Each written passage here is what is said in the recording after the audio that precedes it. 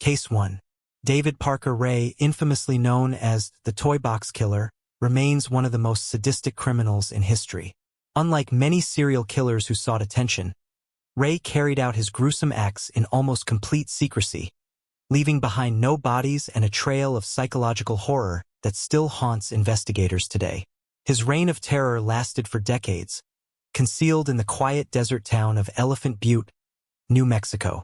On March 22, 1999, a woman named Cynthia Vigil frantically ran down a dusty road in New Mexico, completely naked, wearing only a metal collar and a long chain. Bloodied and terrified, she pounded on a neighbor's door, begging for help. When the police arrived, they were unprepared for the nightmarish tale she would tell. Cynthia had been kidnapped and held prisoner inside a modified soundproof trailer that Ray chillingly referred to as his toy box. For 3 days, she endured unspeakable torture at the hands of Ray and his accomplice, Cindy Hendy. By a stroke of luck, Vigil managed to free herself when Ray left the trailer for work, and Hendy carelessly left the keys to her chains within reach. She attacked Hendy, escaping the horrors of the toy box and exposing a serial predator who had operated in complete secrecy for years. When authorities raided Ray's property, they discovered a 20-foot-long trailer designed for torture. Inside was a horrifying collection of whips, chains, pulleys, surgical instruments, and even a gynecological chair with restraints. The walls were covered with diagrams detailing the human anatomy, seemingly to aid in his sadistic procedures. But the most chilling discovery was an audio tape recording Ray had prepared for his victims. On this tape, he calmly described what he was about to do to them. With a cold, emotionless voice, he explained their impending suffering, as though it were a routine medical procedure. Investigators were left wondering just how many had suffered in that terrifying place before Cynthia's escape. Ray's reign of terror allegedly spanned more than 30 years. Working with accomplices, including Cindy Hendy, his daughter Glenda, Jesse, Ray, and friend Dennis Yancey, he preyed on women, often abducting them from bars and truck stops. Once inside his toy box, the victims were drugged, tortured, and possibly killed, though no bodies were ever found. The police discovered journals where Ray meticulously recorded details of his assaults. One entry claimed that he had tortured more than 60 women. However, with no physical evidence of murder, authorities struggled to convict him of homicide. In 2001, Ray was convicted of kidnapping and torture and sentenced to 224 years in prison. But justice was short-lived. Just 1 year later, before he could reveal the full extent of his crimes, he died of a heart attack. Cindy Hendy, who had turned against Ray in exchange for a reduced sentence, served 19 years and was released in 2019. His daughter, Jessie Ray, and Dennis Yancey also faced light sentences, leaving many to question whether justice was truly served. Despite Ray's conviction, countless questions remain unanswered. Authorities believe he killed many more women, but without bodies, his true victim count may never be known. Some speculate that he had additional undiscovered burial sites hidden in the vast New Mexico desert. The case of the Toy Box Killer remains one of the most disturbing and chilling crimes in American history, a story of unimaginable horror hidden in plain sight. The depth of psychological manipulation Ray imposed on his victims extended beyond physical torture. He often used mind-altering drugs like sodium pentothal and phenobarbital to make them compliant. He would convince them that he was part of a larger organization, warning that if they ever tried to escape or tell anyone, they would be hunted down and killed. This ensured that many of his victims, even those he eventually released, never came forward out of sheer terror. The police speculated that there might have been dozens of women who had fallen prey to his twisted games but remained silent due to psychological trauma. Ray's fascination with torture dated back to his childhood. Reports indicate that he had an abusive upbringing and was exposed to violent sexual fantasies through magazines and books at a young age. His interest in sadomasochism developed early, and as he grew older, it became an obsession that he meticulously planned for. His trailer was not just a makeshift dungeon. It was a carefully engineered chamber of horrors designed for maximum psychological and physical suffering. Though the police found videotapes depicting the torture of various unidentified women, the lack of identifiable victims hindered the case. Many of the tapes showed victims who had never been reported missing, fueling speculation that he may have targeted individuals living on the fringes of society, such as sex workers or runaways. This made it nearly impossible for authorities to match the victims to missing persons reports, further complicating the investigation. One of Ray's suspected victims was a woman named Marie Parker, who disappeared in the 1980s.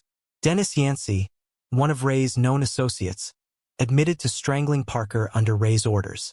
However, her body was never recovered. This pattern of missing women with no trace of remains repeated itself in various cases linked to Ray, reinforcing the theory that he had mastered the art of hiding evidence. Another chilling aspect of Ray's crimes was the possibility that he had accomplices beyond those already known. Investigators believe that Ray may have been part of a network of like-minded individuals who shared his sadistic tendencies. Though no concrete proof of this theory has emerged, the detailed and methodical way in which he operated suggested he had learned from or worked with others. Even after Ray's death, law enforcement officials continued searching for more evidence, scouring the arid New Mexico landscape in hopes of finding burial sites. Multiple cadaver dogs were brought in, and forensic teams examined areas where Ray was known to frequent. However, the harsh desert environment and the passage of time made recovering physical evidence extremely difficult. For the families of potential victims, the lack of closure remains the most painful part of Ray's crimes. The knowledge that their loved ones may have suffered at his hands without any trace left behind is a haunting reality. Despite the passage of years, the case remains one of the most enigmatic and chilling in American criminal history. The Toy Box Killer's story is a terrifying reminder that the most horrific predators are often the ones who hide in plain sight. Ray was not a disheveled, suspicious-looking individual. He blended into society, appearing as an ordinary mechanic. His ability to maintain this facade while engaging in unspeakable acts is what makes his crimes even more disturbing. He constructed a life that masked his monstrous tendencies, proving that true evil often lurks where we least expect it. Even today, law enforcement continues to investigate potential leads related to Ray's activities. The hope remains that one day, more victims can be identified, providing their families with the justice and closure they have long sought. Until then, the horrifying legacy of David Parker Ray endures as a grim testament to the darkest corners of human depravity. Case 2. Jeffrey Dahmer, also known as the Milwaukee Cannibal, remains one of the most infamous serial killers in American history. His crimes, spanning from 1978 to 1991, shocked the nation and revealed a horrifying descent into depravity. Dahmer was responsible for the murders of 17 young men and boys, with his acts involving necrophilia, cannibalism, and dismemberment. His story is one of neglect, psychological disturbance, and an insatiable thirst for control over his victims. Born in 1960 in Milwaukee, Wisconsin, Dahmer had a relatively normal childhood but displayed early signs of psychological distress. He developed an intense fascination with dead animals, often dissecting them and preserving their bones. His interest in death grew stronger as he reached adolescence, exacerbated by feelings of loneliness and alienation. By the time he committed his first murder in 1978, Dahmer had already begun a downward spiral that would only worsen with time. His first victim, Stephen Hicks, was a hitchhiker whom Dahmer lured to his home under the pretense of drinking beer together. When Hicks attempted to leave, Dahmer bludgeoned him with a dumbbell and later dismembered his body. This marked the beginning of a pattern that would define his future crimes. Over the next decade, Dahmer continued his violent acts, refining his methods and indulging in increasingly gruesome behavior. Throughout the 1980s and early 1990s, Dahmer targeted young men, often picking them up in bars or luring them to his apartment with promises of money or companionship. Once inside, he would drug his victims before strangling them to death. Many of his victims were subjected to post-mortem mutilation, and some were kept in various stages of decomposition. He experimented with preserving body parts, attempting to create a macabre collection of trophies that symbolized his control over life and death. Perhaps one of the most chilling aspects of Dahmer's crimes was his attempt to create a zombie-like companion by drilling holes into the skulls of his victims and injecting them with acid. These grotesque experiments ultimately failed, resulting in more deaths. His apartment, when discovered by police, was a house of horrors, containing severed heads, skeletons, and preserved body parts stored in various containers. Dahmer's capture came in July 1991, when one of his intended victims, Tracy Edwards, managed to escape and flagged down police. Upon entering Dahmer's apartment, officers were met with a scene of unfathomable horror. The sheer brutality of his crimes stunned even the most seasoned investigators. Dahmer confessed in chilling detail, expressing a complete lack of remorse for his actions. In 1992, he was sentenced to 16 life terms in prison. However, his time behind bars was short-lived. On November 28, 1994, fellow inmate Christopher Scarver attacked and killed Dahmer inside the Columbia Correctional Institution. His death brought a grim end to one of the most terrifying chapters in criminal history. Jeffrey Dahmer's case continues to captivate public interest, with psychologists and criminologists dissecting his actions to understand the depths of human depravity. His story serves as a haunting reminder of the darkness that can lurk within individuals and the warning signs that society often overlooks. While Dahmer's early childhood appeared normal, his behavior exhibited significant red flags. His father, Lionel Dahmer, later recounted how Jeffrey had a growing obsession with roadkill, dissecting animals, and even preserving their bones. As a teenager, Dahmer became increasingly withdrawn, consuming alcohol heavily to cope with his loneliness and unrecognized struggles with his sexuality. His social isolation and unchecked impulses led him to experiment further with his growing fantasies of dominance and control. After murdering Stephen Hicks, Dahmer enrolled in Ohio State University but quickly dropped out due to poor academic performance and excessive drinking. He later joined the U.S. Army, serving in Germany, but his service was short-lived due to his ongoing alcohol abuse. Discharged in 1981, he returned to Ohio before eventually relocating to Milwaukee. With no solid career path, he worked in a chocolate factory while succumbing to his increasingly dark urges. Dahmer's murders escalated in brutality.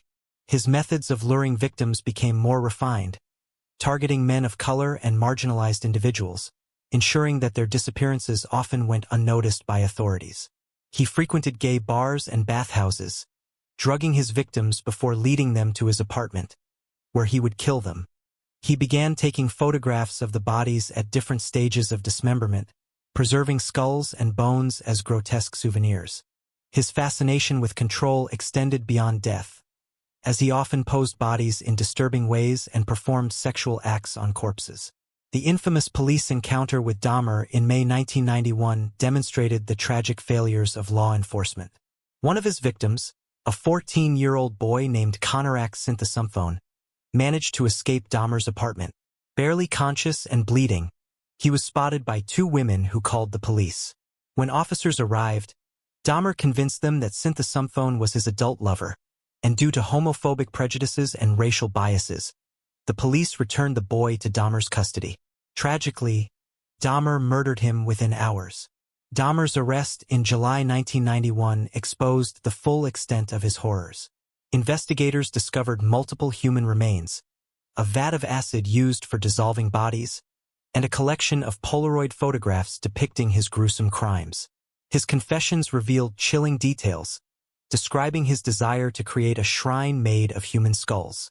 His interviews displayed an eerie calmness, as he explained his motivations without emotion, shocking the world with his cold detachment. During his trial, Dahmer initially pleaded insanity, but the jury found him legally sane, sentencing him to multiple life terms. While in prison, he became a born-again Christian, though many questioned the sincerity of his conversion. He spent his time reading the Bible and expressing remorse for his crimes, yet his past atrocities overshadowed any attempts at redemption. Christopher Scarver, the inmate who killed Dahmer, later claimed that he was driven by divine justice, stating that he felt compelled to end the life of such an infamous murderer. Dahmer's death sparked debates about whether he deserved to be killed or whether the justice system had failed by not keeping him safe.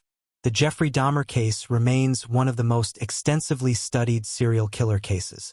Criminologists analyze his psychological profile, debating whether his crimes were rooted in nature or nurture. His ability to operate unnoticed for so long highlighted systemic failures in law enforcement and the marginalization of his victims, many of whom were young men of color.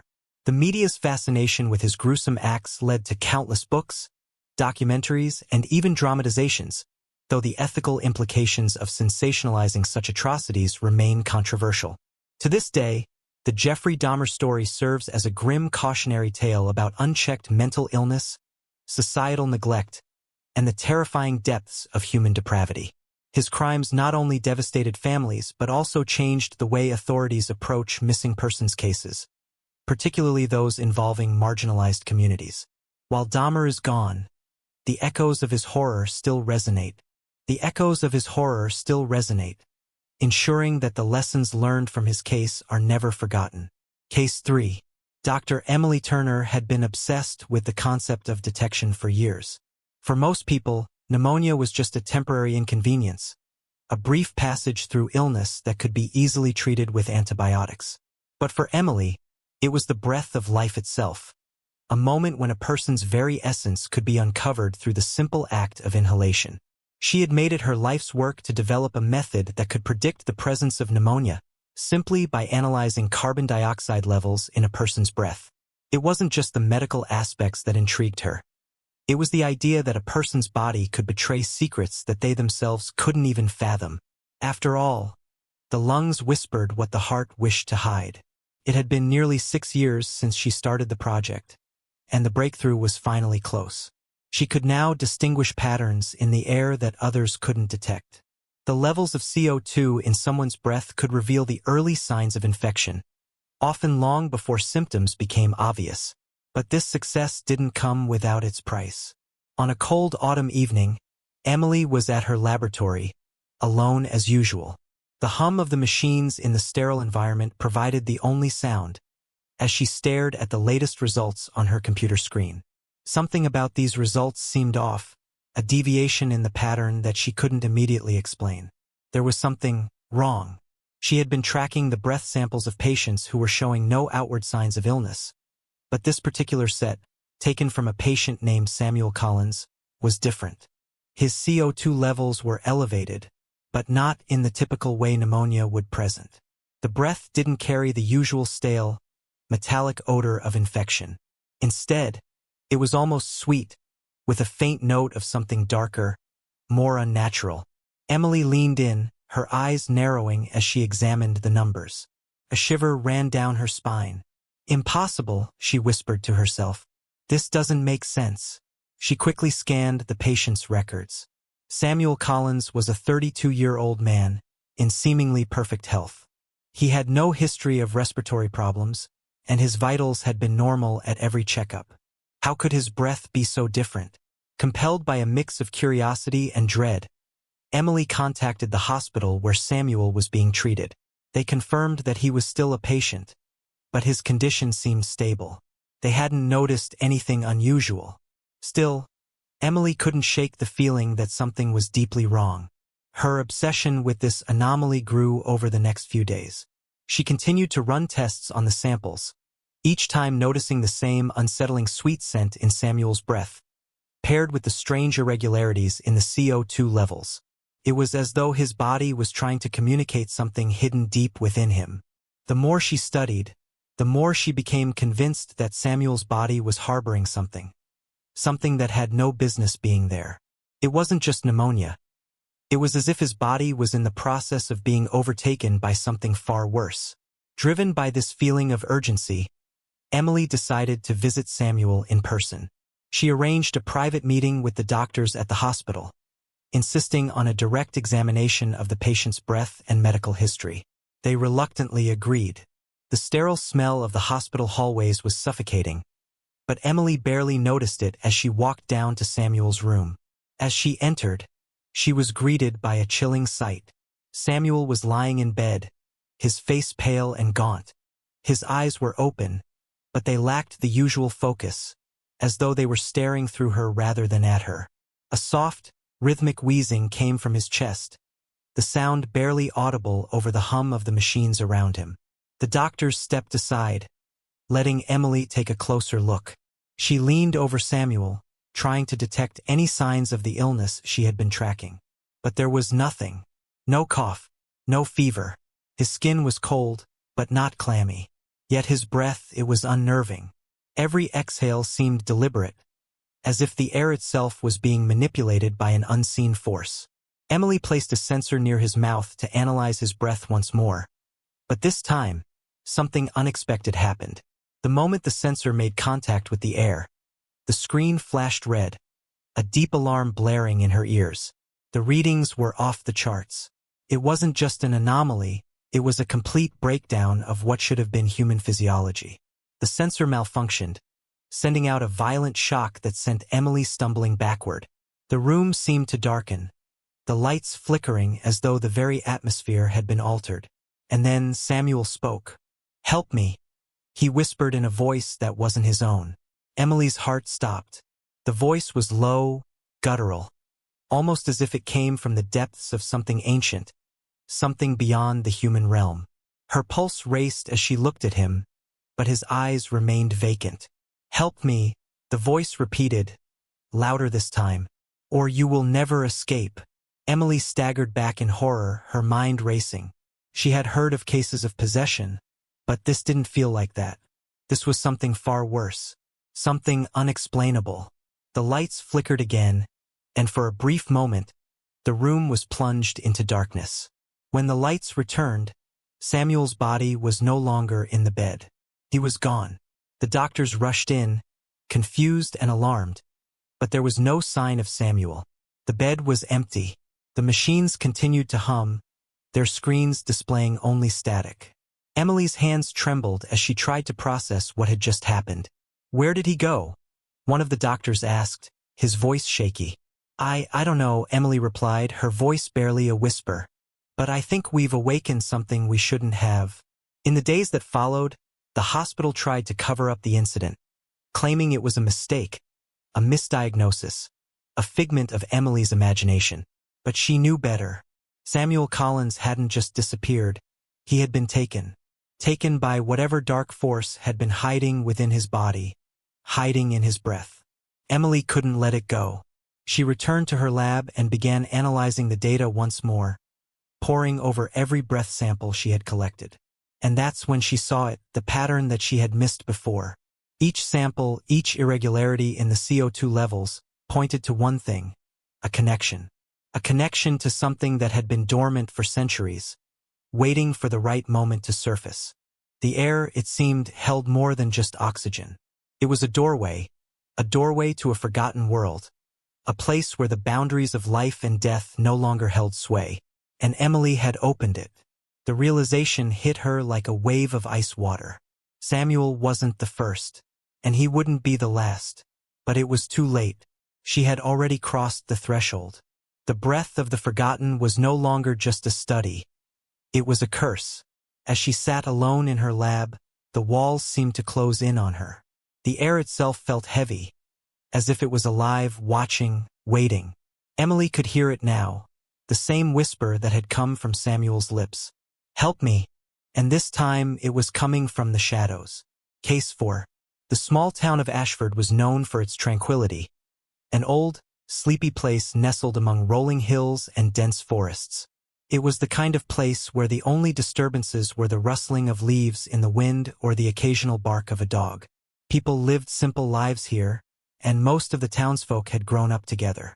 But that was before the incident. Dr. Victor Hale was the town's physician. He had come to Ashford several years ago, eager to escape the hustle of city life and settle into a quieter existence. But soon after his arrival, strange things began happening. At first, it was small, disjointed whispers in the halls, faint cries in the night that couldn't be explained. Then it escalated. The first victim was Mrs. Eleanor Briggs, a sweet elderly woman who had lived in Ashford all her life. She had been in for a routine checkup, complaining of mild shortness of breath. Dr. Hale examined her and found nothing that should have caused concern. But as he was leaving the room, he noticed something odd. The silence was thick. Not the usual quiet of a doctor's office, but a deep, unsettling quiet. A quiet that felt like it was pressing against his ears, suffocating the air around him. Mrs. Briggs had been staring at him, but her eyes were wide with terror. "Doctor," she had whispered hoarsely. "Do you hear it?" "Hear what?" he asked, leaning closer. But before she could answer, Mrs. Briggs' eyes rolled back in her head, and she collapsed in her chair. Dr. Hale rushed to her side, but it was too late. Her heart had stopped. The silence lingered, oppressive and unnatural. The medical staff couldn't explain her sudden death. There were no signs of a heart attack, no obvious cause. She had simply died. But Dr. Hale couldn't shake the feeling that something more had happened, something that defied medical logic. In the following weeks, other patients began presenting with strange symptoms: severe headaches, difficulty breathing, and a deep sense of dread that hung over them like a storm cloud. Each one would complain of hearing an oppressive silence, a void that swallowed sound. And each one, without fail, would die suddenly and inexplicably. Dr. Hale couldn't ignore the pattern. He began to dig deeper, researching every medical journal, every study that could possibly explain what was happening. And then, buried deep in an obscure text, he found it. It was called the silence disease, a rare and deadly condition that had been recorded only once, over a century ago, in a remote village in Scandinavia. The disease was described as an overwhelming silence that affected the victim's senses, causing them to lose the ability to hear anything at all. But the silence wasn't a complete absence of sound. It was a distortion, a silence that felt alive, something that clawed at the mind, driving the victim to madness before they finally died. As Dr. Hale read further, a chilling realization dawned on him. The disease wasn't just a physical ailment, it was something more. The victims didn't just lose their hearing. They were being claimed by the silence itself. And once the silence had taken hold, there was no escaping it. One evening, as Dr. Hale walked home from the clinic, the town seemed unusually still. The wind wasn't blowing. The birds weren't singing. Even the leaves were silent, suspended in midair as though time itself had stopped. A sense of dread crept up his spine, and he quickened his pace, eager to reach the safety of his home. But as he neared the edge of the forest, something caught his attention. A figure standing in the middle of the road. It was a man, tall and thin, with dark eyes that glinted unnaturally in the dim light. He was wearing a long coat, and his face was obscured by a hood, but Dr. Hale knew immediately who it was.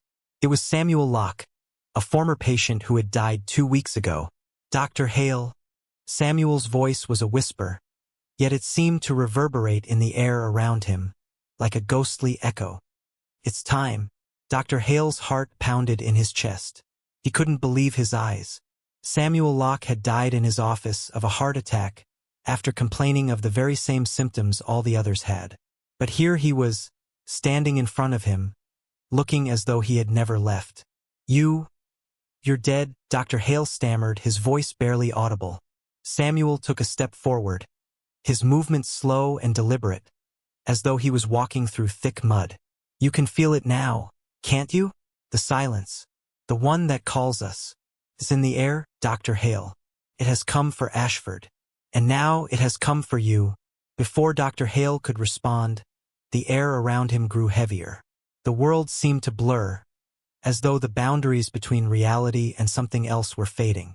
The silence was back, more oppressive than ever before.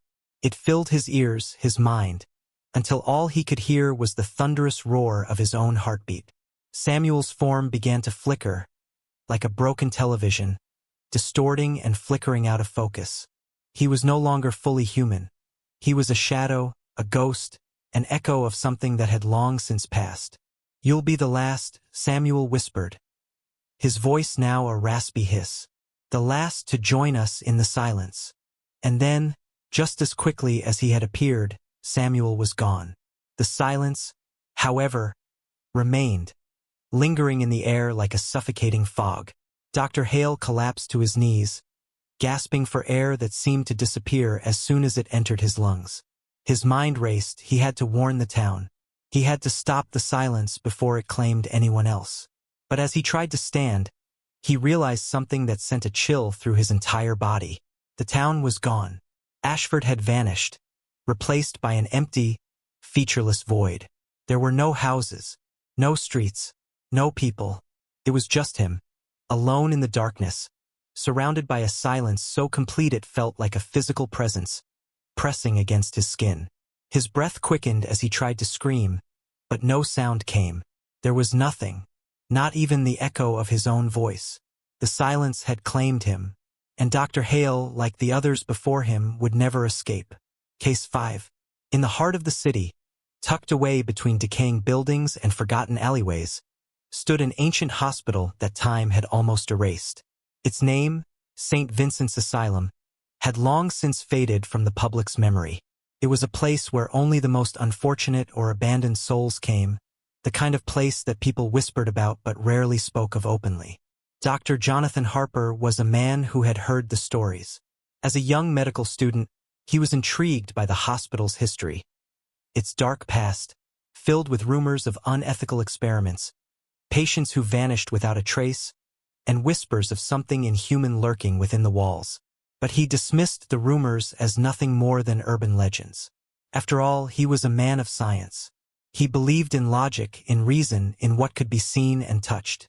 Yet, when the opportunity arose for him to become the head physician at St. Vincent's, he didn't hesitate.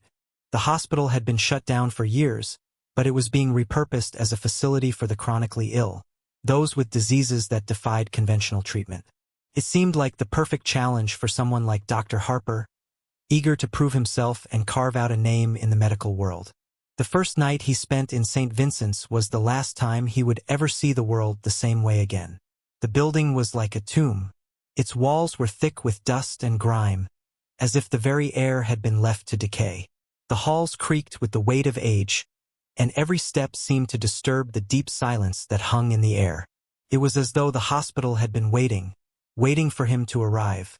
As he walked the halls on his first night, he encountered strange things. Fleeting shadows that seemed to move in the corners of his eyes, doors that creaked open when no one was near, and faint voices that whispered just beyond hearing. At first, he told himself it was nothing, just his imagination running wild. But soon, the feeling of being watched began to gnaw at him, a sense of being surrounded by something that shouldn't be there. Dr. Harper's first patient was a woman named Miriam, a frail and gaunt figure who had been bedridden for as long as anyone could remember. Her skin was pale, almost translucent, and her eyes were sunken deep into her skull. She was, in every sense, a shell of a person. When Dr. Harper entered her room, she greeted him with a smile that seemed far too wide for her face. It wasn't a friendly smile. It was something more unsettling, like a mask she had learned to wear over the years, hiding something beneath. "Dr. Harper," she rasped, her voice barely above a whisper. "You've come to help me, haven't you?" "Of course," he said, forcing a smile of his own. "What seems to be the problem?" Miriam's smile faltered for a moment, and her eyes flicked nervously to the corners of the room. "I need to tell you something very important. It's why I'm here, why I've stayed here all this time." Dr. Harper raised an eyebrow, intrigued by her cryptic words. "What do you mean?" "You've been ill for a long time, Miriam. If we can figure out what's wrong, we can help you." Her hands trembled as she reached for the bed covers, pulling them back slowly, as though reluctant to reveal what lay beneath. But when she did, Dr. Harper recoiled, his heart skipping a beat. Beneath the sheets was a patch of skin, horribly disfigured. It was smooth, too smooth, and seemed unnaturally stretched. The skin had no blemishes, no folds, no signs of aging. It was a perfect, flawless surface, a stark contrast to the rest of her frail body. But what horrified him even more was the pattern. There were symbols, markings etched into her skin in strange, unnatural shapes, as though something had been carved into her very flesh. I don't understand," Dr. Harper whispered, stepping back. "What is this? What happened to you?" Miriam's smile returned, but it was darker now. "They put it there. They put it in all of us. The skin. It's not just skin. Something else. It holds us together. It holds us all." Dr. Harper felt a chill run down his spine as he backed away from the bed. "Who did this to you? Who's responsible for this?" But Miriam just laughed. A thin, raspy sound that echoed in the quiet room. "They're still here," she said, her eyes wide with terror. "They never left. They're inside the walls. They're inside me."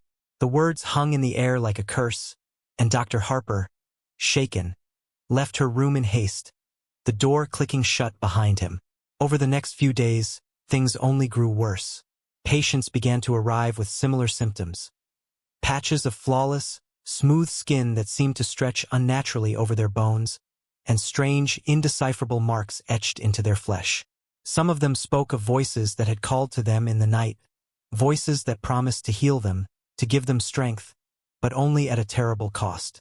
The hospital staff, all of whom had been here for years, seemed oblivious to the growing madness. They walked through the halls as though nothing were out of the ordinary, their faces expressionless, as though they had long since accepted whatever darkness had taken root in St. Vincent's. Dr. Harper couldn't ignore the truth anymore. There was something unnatural about this place.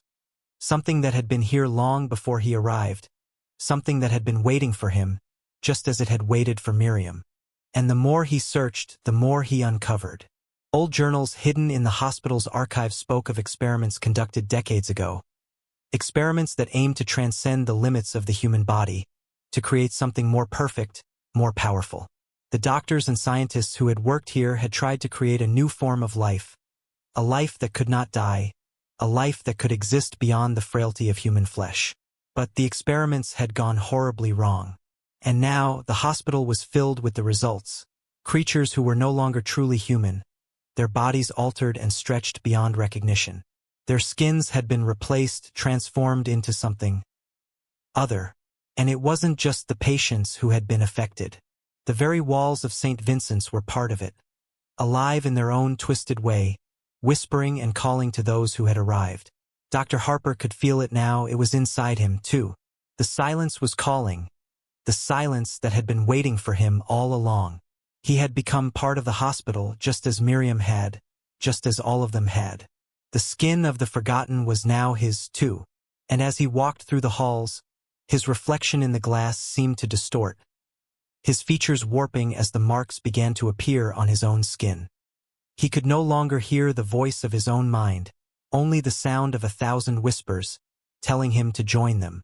The skin of the forgotten was waiting, and Dr. Harper, like all the others before him, would never be able to escape it. Case 6. When the first light of dawn broke over the sleepy village of Hollow's End, the mist still clung to the earth, swirling like ghostly fingers around the twisted trees that stood as sentinels at the edge of the woods. The villagers never spoke of the forest, not openly, at least. It was a place where people went to lose themselves, where children were warned not to stray, and where the elders told stories in hushed voices, stories of a presence that dwelled there.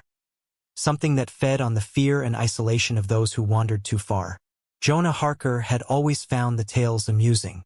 A curious, rational man, he had come to Hollow's End only a few months ago, seeking refuge from the chaos of the city. The peaceful, quiet life of the village seemed like the perfect escape for someone burdened by the weight of modern existence. He had quickly settled into his role as the town's physician, and most days were spent caring for the simple ailments of the villagers. Yet, it was the night shifts that always unnerved him. The hospital was the oldest building in Hollow's End, a crumbling structure made of stone that had long outlasted its intended purpose. It sat just at the edge of the village, near the very woods that the villagers feared. Jonah had grown used to the odd creaks and groans of the building at night, but what always unsettled him was the hollow sound, like a distant knocking, coming from the woods. It never seemed to end, echoing through the night as if someone, was knocking at the boundary, asking for entry. One evening, after a long shift, Jonah found himself unable to sleep. The rest of the village was silent, the air thick with that same eerie mist that seemed to have no beginning or end. He tossed and turned, his mind heavy with a mixture of exhaustion and restlessness. Then, in the distance, he heard it, the unmistakable knock. A single rhythmic thud that echoed through the walls of his room. It wasn't the wind, it wasn't the trees, it was something more deliberate. He rose from bed, the cold air biting at his skin as he pulled on his coat and stepped outside.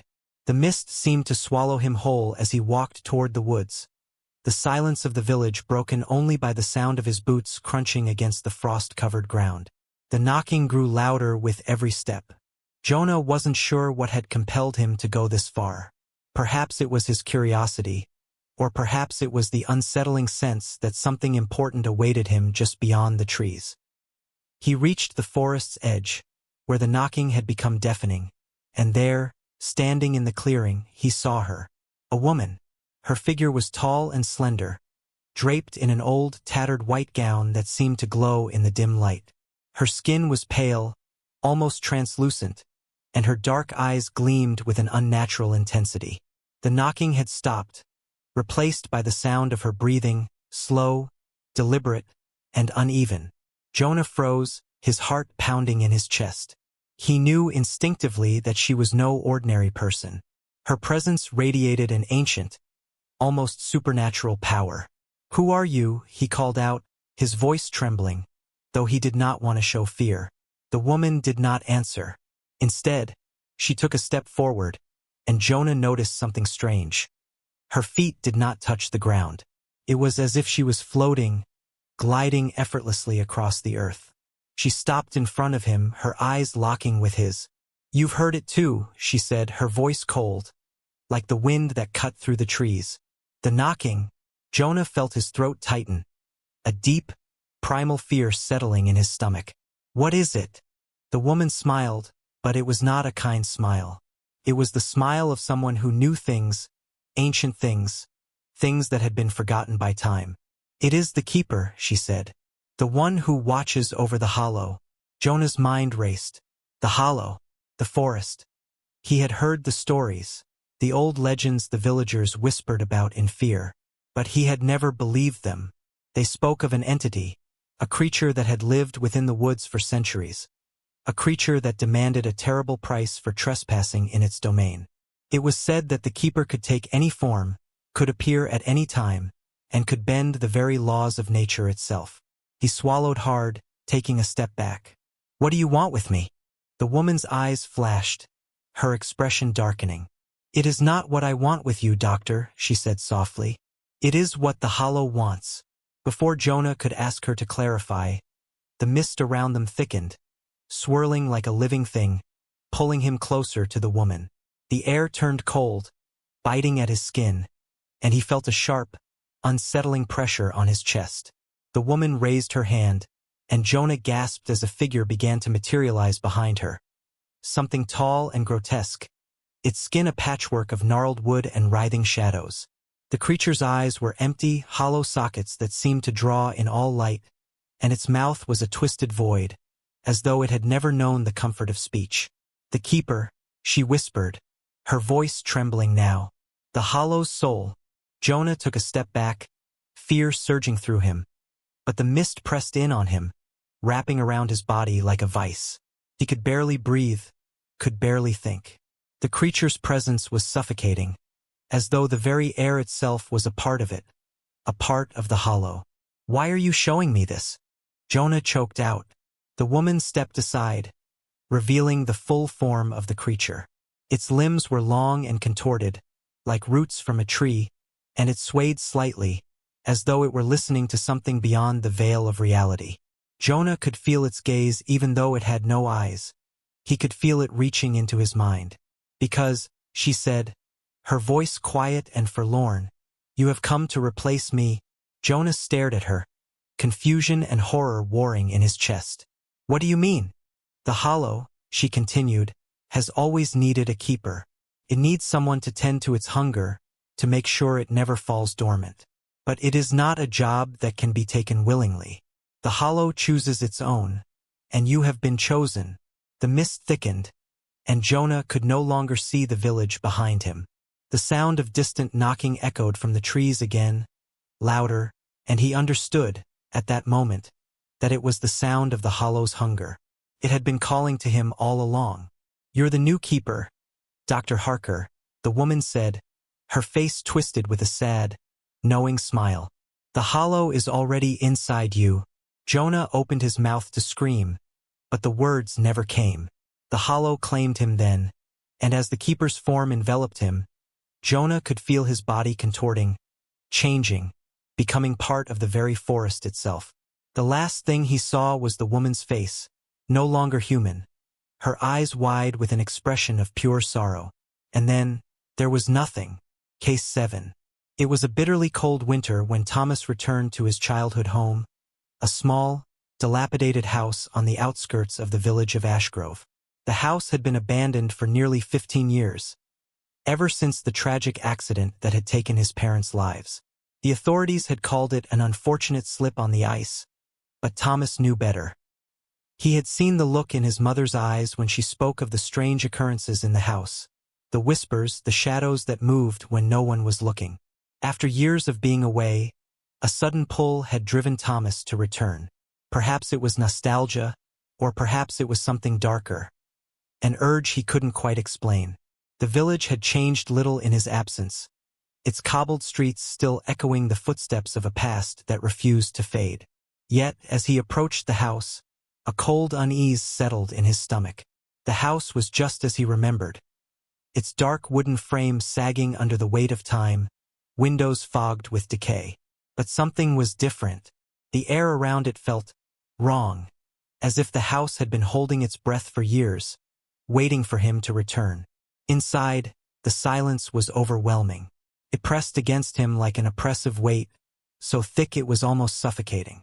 The wooden floors creaked under his boots as he stepped cautiously into the foyer, the smell of old wood and dust mingling with the faint scent of something sour.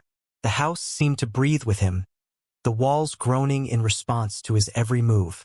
Thomas moved through the rooms, his heart pounding in his chest.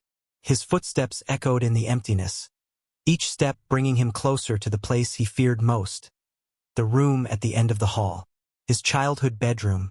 When he opened the door, the air grew colder. The room was unchanged, frozen in time. The same wooden toys lay scattered across the floor.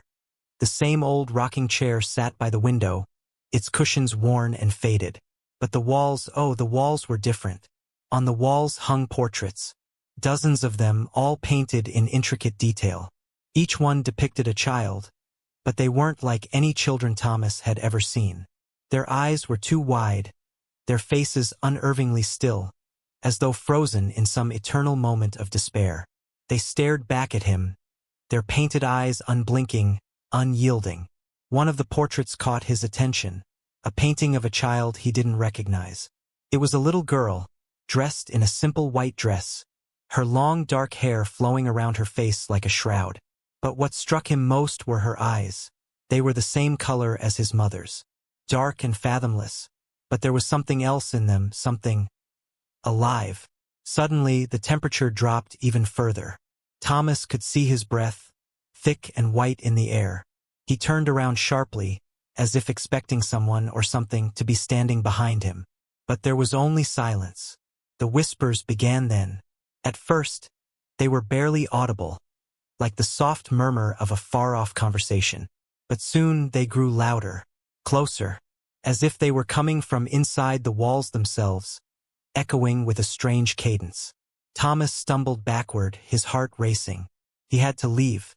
He had to get out. But as he turned to leave, his eyes fell upon the floor. And that was when he saw it. A handprint. A small, delicate handprint, smeared in what looked like blood, stained the floor right in front of the door. It was as though a child had pressed their hand against the wooden floor, but the blood, it had never dried. It was fresh. The whispers grew louder, a chorus of voices now chanting in eerie unison, and Thomas could feel the heat of breath on his neck. He turned slowly, too slowly, his legs frozen in place. And there she stood, the little girl from the portrait. She was there, standing in the doorway, her body pale and translucent in the dim light. Her long hair flowed like liquid darkness around her face, and her eyes were wide and empty, voids that seemed to pull the light from the room. "Why are you here?" Thomas whispered, his voice hoarse, trembling. The little girl didn't answer. She only stared at him, her mouth twitching into the faintest of smiles, as though she knew something he didn't. And then the truth hit him. He had seen her before. As a child, He had wandered this house, had explored the rooms late at night. There had been a night. He couldn't remember exactly when. But there had been a night when his mother had sat him down and told him stories. She had told him about the children. The painted children who had lived in the house long before he had.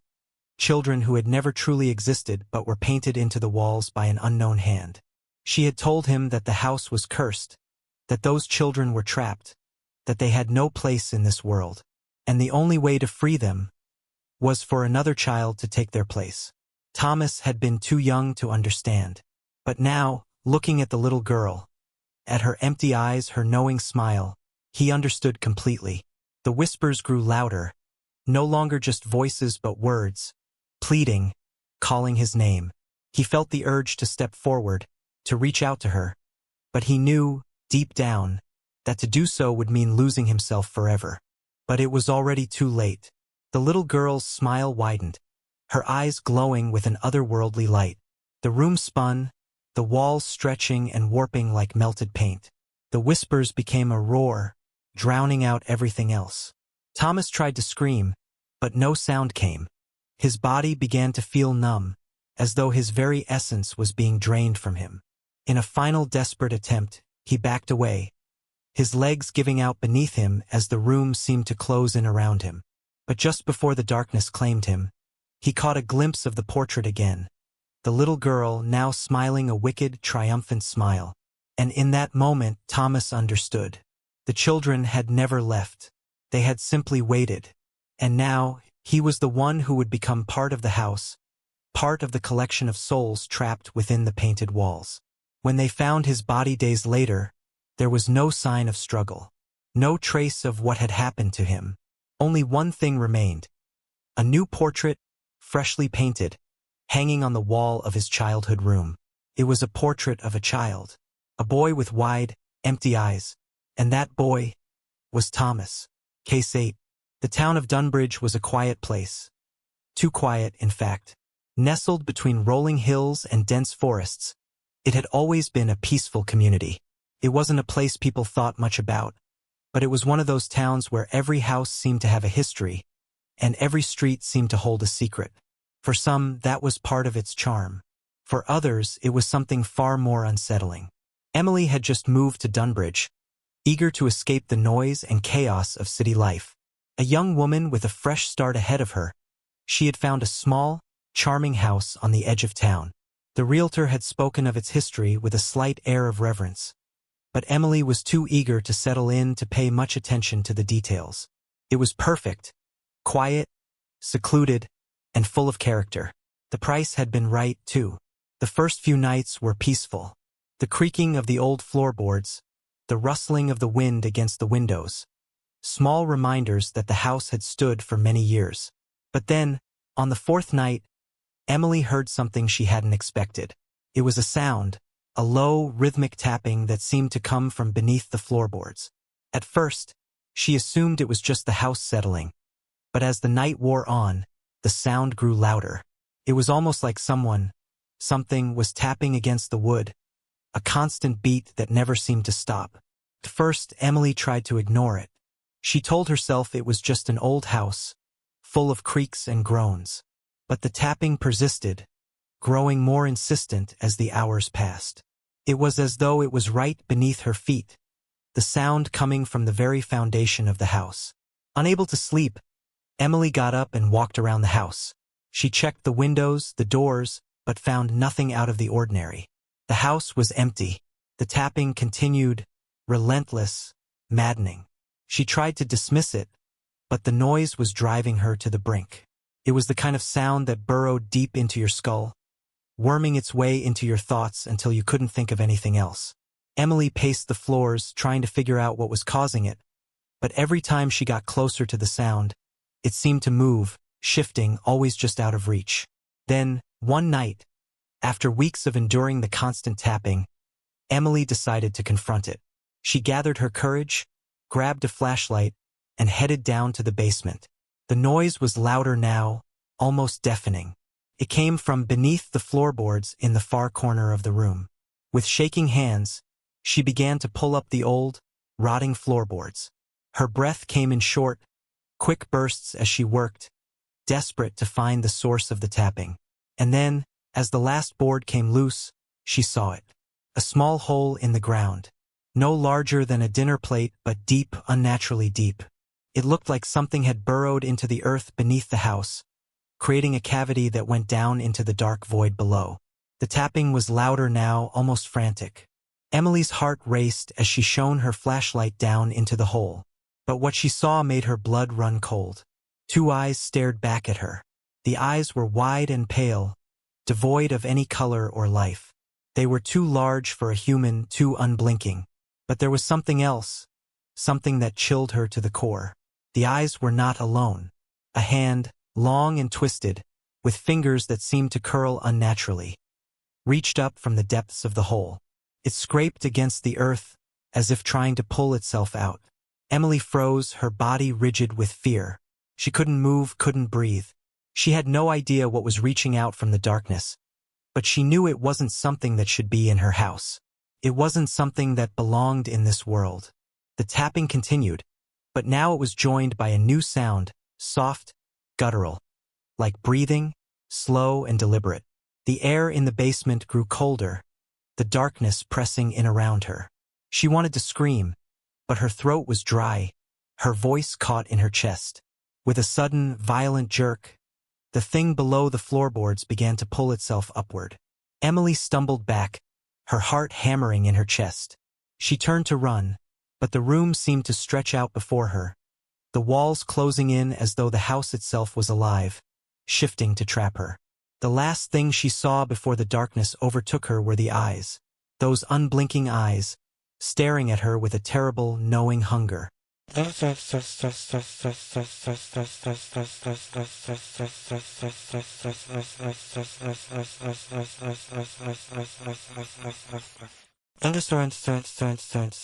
When Emily's neighbors found her the next morning, she was nowhere to be seen.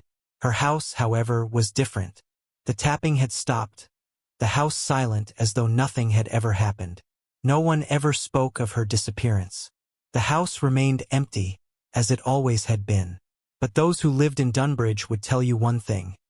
If you ever listened carefully at night, you could hear the tapping again. And sometimes, if you were close enough to the floor, you might even see a pair of eyes staring back at you. But only if you dared to look. Case 9. It was a rainy Thursday evening when Detective Sarah Hamilton received the call. The kind of call that made her stomach twist with an all-too-familiar dread. A body had been found. The scene was one she knew all too well. A rundown apartment building on the outskirts of the city. No name, no witness, just a dead body. As Sarah entered the apartment, the first thing that hit her was the smell. It wasn't just the stale air of an abandoned building. It was something darker, something more suffocating. The apartment was small, cluttered, and dark. But the body in the middle of the living room floor was what demanded her attention. A man, probably in his late 30s, dressed in a black suit. His face was hidden beneath a layer of blood, his eyes wide open, as if staring at something he couldn't comprehend before he died. The scene was almost clinical. The body had been arranged carefully, positioned in a way that suggested the killer wasn't just trying to hide the crime, but perhaps send a message. There were no signs of struggle, no obvious wounds other than the fatal gunshot wound to the head. But the real clue, the one that made Sarah pause, was the note. It was simple, folded neatly under the victim's left hand. It read, "Find me, or the next one will be harder to find."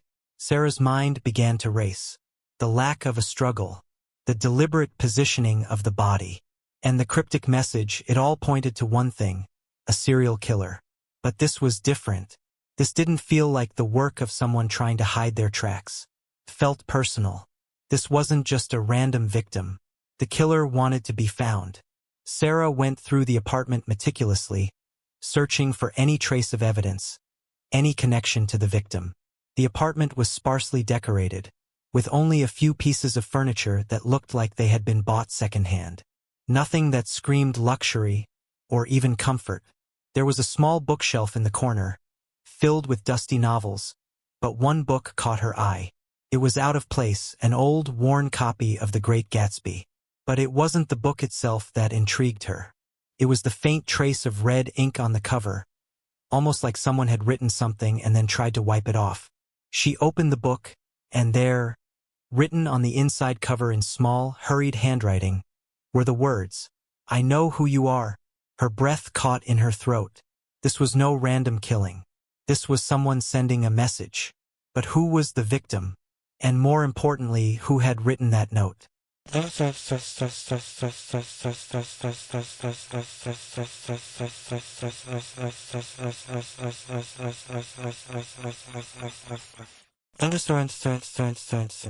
next few days were filled with dead ends.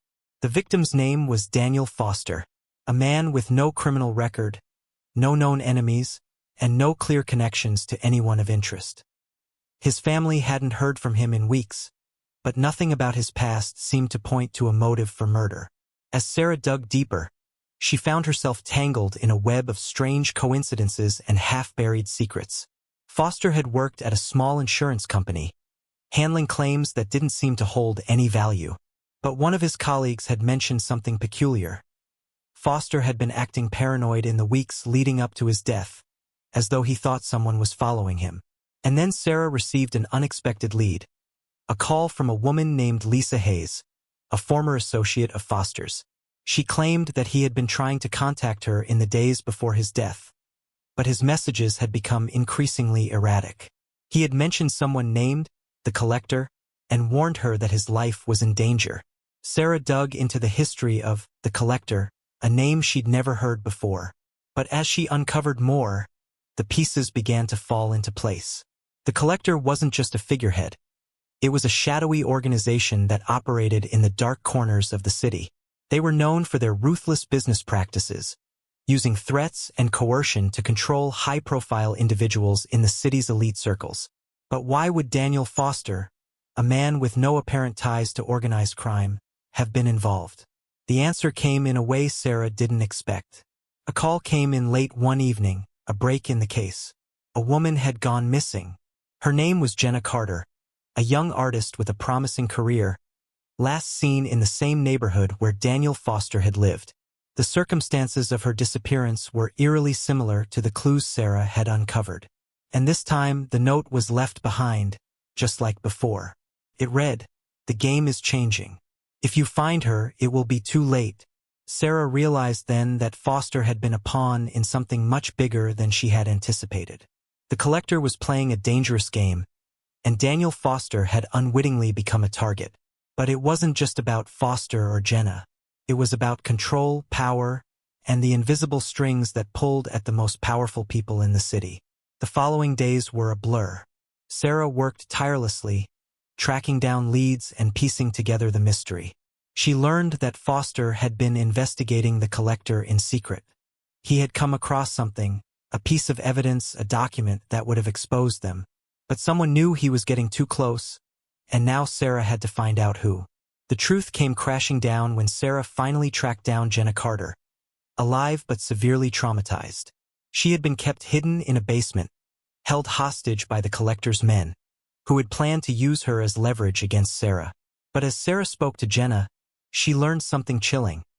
Jenna wasn't the first to be taken. Daniel Foster had been before her, and he had tried to escape. But in his attempt to break free, he had inadvertently killed one of the men holding him captive. The Collector didn't take kindly to failure, and now Sarah was the target. It all led back to one man, a wealthy, influential businessman named Gregory Vaughn. He was the one pulling the strings. He was the one behind the Collector, using fear and intimidation to keep his empire intact. And he had played Sarah all along, using the deaths of innocent people to cover his tracks. In the final confrontation, Sarah confronted Vaughn in his lavish penthouse, the very place where the crime syndicate had been orchestrated. He didn't deny it. He didn't even try to lie. "You're too late, detective," he said, his voice cold and calculated. "You should have stayed out of it. Now you're in the game." But Sarah wasn't playing by his rules anymore. With the help of a few trusted colleagues, she had gathered enough evidence to take him down.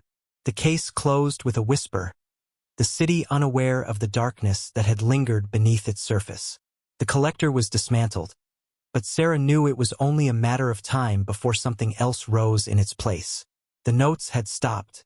For now. Case 10. March 17, 2008, began like any other Monday for Emma Young-Stig. It was a typical, quiet day in the small town of Aruga, just 150 kilometers from Stockholm. Her husband, Tony Hellberg, had left for work early in the morning, leaving Emma at home with their 2 children, 3-year-old Max and 1.5-year-old Saga. As the morning passed, Emma busied herself with household chores, preparing lunch, and trying to keep her children entertained. She exchanged text messages with her sister Katarina, planning a gift for their parents' upcoming wedding anniversary. By 7:07 p.m., Emma had just fed the children, and she returned to her computer to continue chatting with Katarina. The conversation was cut short when Emma's sister noticed a peculiar silence. She could see Emma typing, but no message was sent. Katarina called her sister, but there was no answer. She tried Tony, who was on his way home, to check if everything was okay. "She's probably just preoccupied with the kids," Tony assured her. "I'll be home soon. Don't worry." But when Tony arrived at the house around 7:20 p.m., the sight he encountered would haunt him forever. The front door was wide open, a disarray of belongings scattered on the floor. At first, he thought the children had been playing, but as he stepped further into the house, he noticed the dark, ominous stains. It wasn't mud. It was blood. Panic surged through him as he continued into the hallway. He called out, but there was no response. In the hallway, he saw what he first mistook for a lifeless doll. As he got closer, he realized it was his daughter, Saga. Her face unrecognizable, her body crumpled in a pool of blood. Nearby, her brother, Max, lay in a similar condition. Emma, too, was sprawled across the floor, her face shattered and covered in blood. Her body was still lifeless. Tony's world went cold.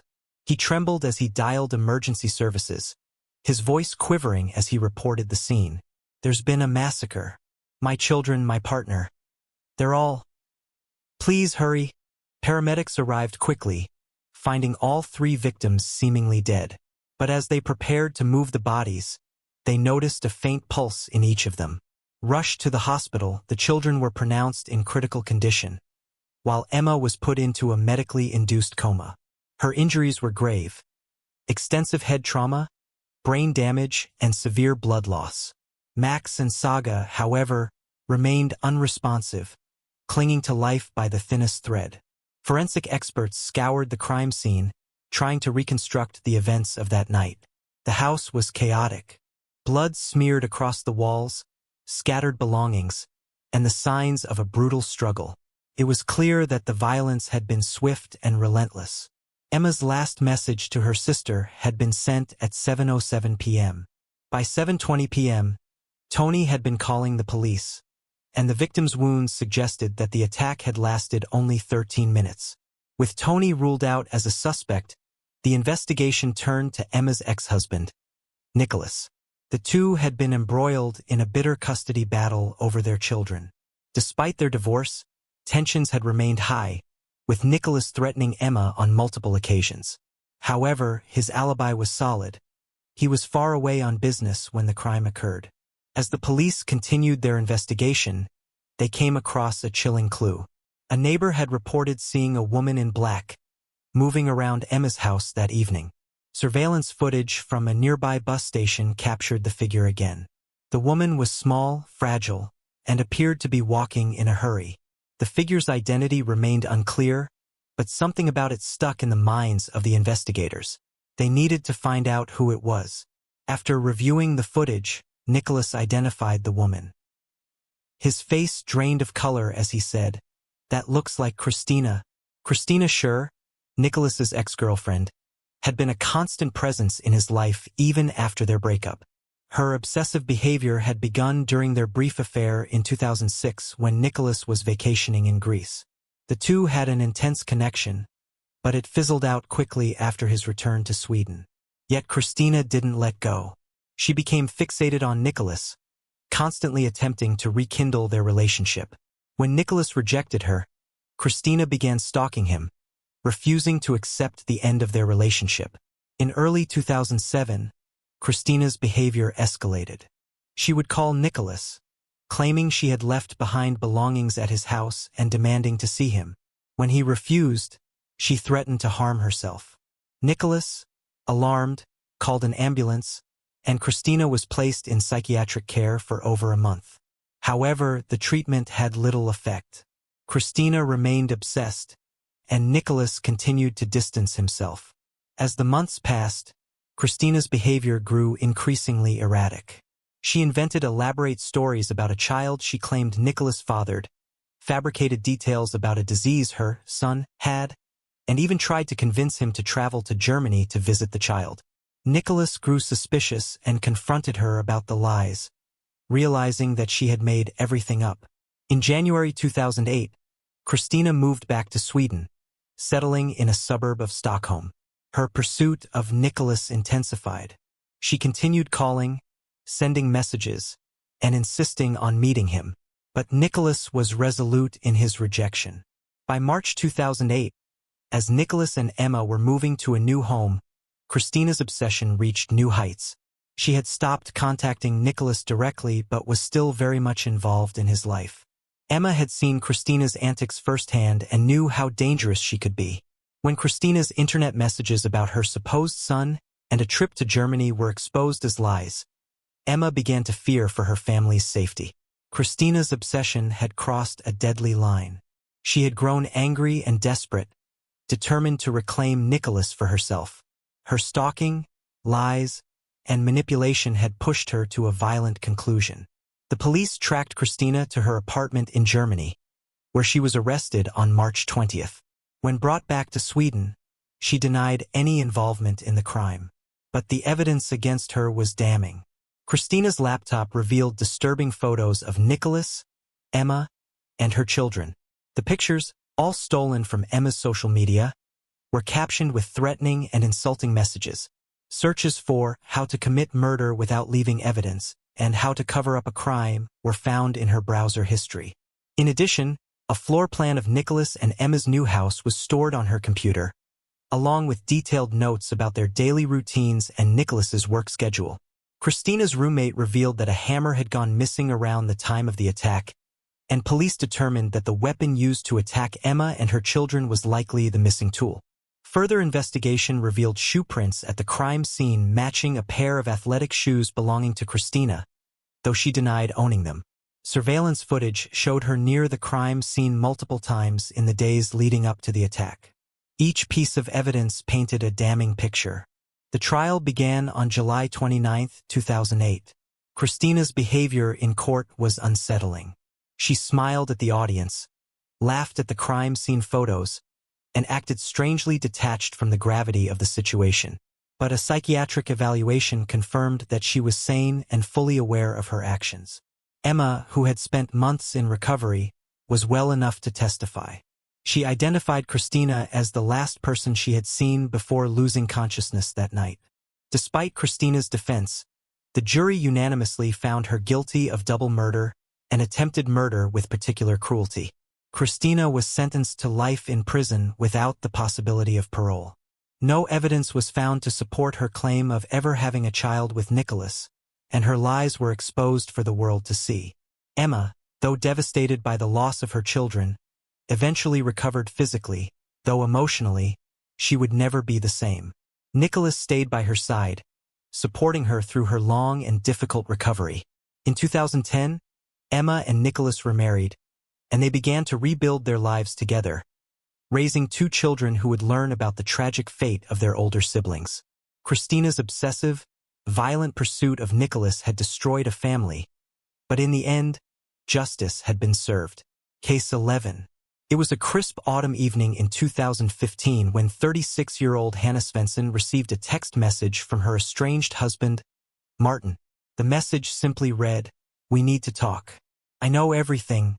Hannah froze as she stared at the screen. Her hands trembled. Martin had left her 6 months earlier, after a tumultuous 12-year marriage. He had been suspicious of her for months, accusing her of infidelity, but she had never once betrayed him, or so she thought. She quickly dialed his number, but it went straight to voicemail. Panic slowly crept in as she imagined the worst. What could he have possibly learned? She had gone to great lengths to keep her secrets hidden. They had both grown up in small, judgmental communities, and the idea of their private lives being exposed was too much to bear. She tried calling him several more times, but the messages on her phone remained unanswered. Martin had always been quick to confront, never letting things linger. She paced around her apartment, checking the time. It was nearing midnight. Her thoughts were interrupted by a knock on the door. She wasn't expecting anyone. It was too late for deliveries or even friends stopping by. Hannah hesitated but then made her way cautiously to the door. Through the peephole, she could make out the silhouette of a man standing outside. Martin. Her breath caught in her throat. She wasn't ready to face him. Not like this. Her instincts screamed at her to run, to hide, but it was already too late. Martin was her husband. He had every right to confront her. With a trembling hand, she unlocked the door. When the door opened, Martin didn't say a word. He pushed past her into the apartment, his face dark and serious. His eyes were cold, filled with an emotion Hannah couldn't place. "What's going on, Martin? What's this about?" she asked, trying to keep her voice steady. "I think you know exactly what this is about, Hannah," Martin said in a low, dangerous tone. "Don't play dumb. I've seen the messages." Messages? Hannah's heart dropped. Her thoughts were a whirl of confusion. Was he talking about the anonymous emails she'd been receiving? The ones that had started a few weeks ago, cryptic, threatening messages about things she thought only she knew. She hadn't shown them to anyone, not even Martin. But somehow he had found out. "I've been getting these," Martin said, pulling his phone from his pocket. He showed her a screenshot. A message addressed to her, claiming to know her darkest secrets, threatening to expose them to the world. "I don't know how you thought you could keep this hidden, but now we both know what you've done." The words felt like a punch to her gut. Martin was furious, but the words didn't make sense. What was he talking about? She had done nothing wrong. Nothing except maybe keep a few secrets to herself. But nothing that could destroy her life. "I didn't do anything, Martin," she pleaded, desperate now. "I swear." "Don't lie to me," he snapped, grabbing her by the arm and pulling her toward the living room. "I know everything. The affair, the money, the lies." At those words, everything in her world seemed to crumble. Hannah's face went pale as the truth hit her. Martin knew about the affair, but not the way he thought. There had been no infidelity, no physical betrayal, but there had been something much darker. 2 months before their separation, Hannah had been drawn into a dangerous world of secrecy and deceit. After losing her job at a local marketing firm, she had started working with a man named Eric Johnson, a well-known but reclusive figure in the city's underground network. Eric had promised her a way out of her financial struggles, offering her work in exchange for substantial payment. The job, she had been told, would be simple. Oversee a series of meetings, keep quiet and funnel money into private accounts. The kind of work that no one would ever question if it went unnoticed. But soon, the job turned into something far more sinister. Hannah was unknowingly involved in a money laundering scheme tied to criminal organizations, and it didn't take long for her to realize she was in over her head. But it was too late. The money was already in her account, and she was too afraid to get out. Her involvement had remained a secret until the anonymous emails started coming. At first, they were cryptic and vague, but as the weeks passed, they grew more pointed. Whoever was behind them knew too much. Hannah had never told Martin, afraid that if he found out, their already fragile marriage would collapse completely. She hadn't known what to do or who to trust. But now Martin knew, and his expression told her everything. He was not just angry. He was scared, terrified of what this meant for them, for their future. "You really don't get it, do you?" Martin's voice shook with a mixture of fury and disbelief. "You've been lying to me this entire time. You've been involved in something criminal." "No, it wasn't like that," Hannah cried out. "I didn't know what it really was. I needed the money, Martin. I thought I could get out before it was too late. But I didn't want to hurt you. I swear. I didn't mean for any of this to happen." Martin's face softened slightly at her desperation, but the coldness never fully left his eyes. "I don't care if you knew or not," he replied sharply. "You were involved. And now they're after you, Hannah." Before she could respond, the door burst open again. Two men, tall and menacing, entered the apartment. Both wore dark suits, and their eyes scanned the room like predators on the hunt. "Martin, get out of the way," one of them said, his voice gruff. "We need to talk to your wife." Martin backed away from the men, his face contorted in fear. "What's going on? What do you want from her?" The man stepped forward, his eyes never leaving Hannah. "She knows exactly what we want. We need the money she's been hiding, or there will be consequences." Martin's face twisted in confusion. "Money? What money?" The man gave Martin a cold look before turning back to Hannah. "You've been running our little scheme for months. Don't try to deny it. You've been funneling money from Eric Johnson's operations straight into that account of yours." Hannah's heart raced as she realized the depth of her mistake. She had never imagined things would escalate like this. "Please," she begged, her voice trembling. "I never meant to." "No more excuses." The man cut her off. "You've had your chance. Now you pay." Before Hannah could react, one of the men grabbed her by the arm, and the other shoved Martin out of the way.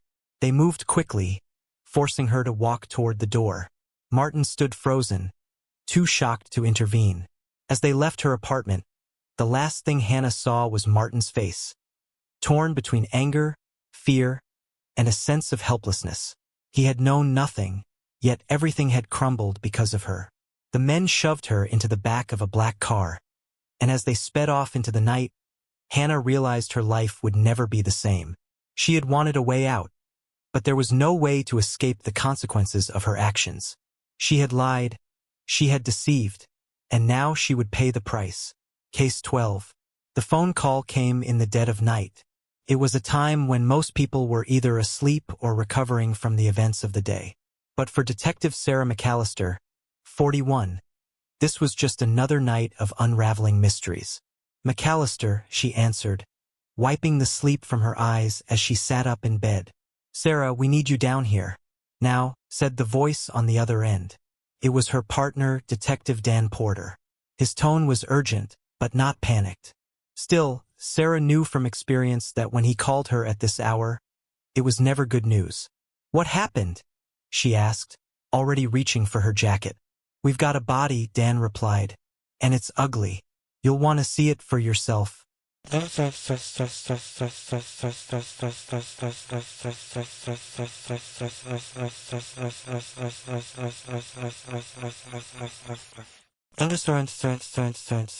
By the time Sarah arrived at the crime scene, the small apartment complex was swarming with officers. The flashing lights of the patrol cars illuminated the area, casting eerie shadows on the walls. She could see the outline of the building, its once pristine exterior now marred by police tape and investigators coming in and out. Dan was standing at the entrance, waiting for her. His face was pale, his eyes wide, as if he hadn't been able to fully process what they had found. "What's going on?" Sarah asked, her mind already shifting gears into professional mode. Dan stepped aside to let her through. Upstairs, apartment 2B. The two of them ascended the narrow staircase, the air thick with tension. As they reached the door to 2B, Sarah felt a cold shiver run down her spine. She had seen plenty of crime scenes over the years, more than most people could imagine, but something about this one felt different, more personal. Inside the apartment, the scene was grim. The victim, a woman in her late 30s, lay sprawled on the floor in a pool of blood. Her clothes were torn, and her face was bruised beyond recognition. She had been beaten brutally. But what caught Sarah's attention was something else entirely. A small, folded piece of paper was clutched in the victim's hand, and the look in her eyes seemed to hold a secret. Something about the way she had died, something Sarah couldn't quite explain, made her uneasy. "What do we know?" Sarah asked as she crouched beside the body. Dan sighed. "Her name was Emily Williams.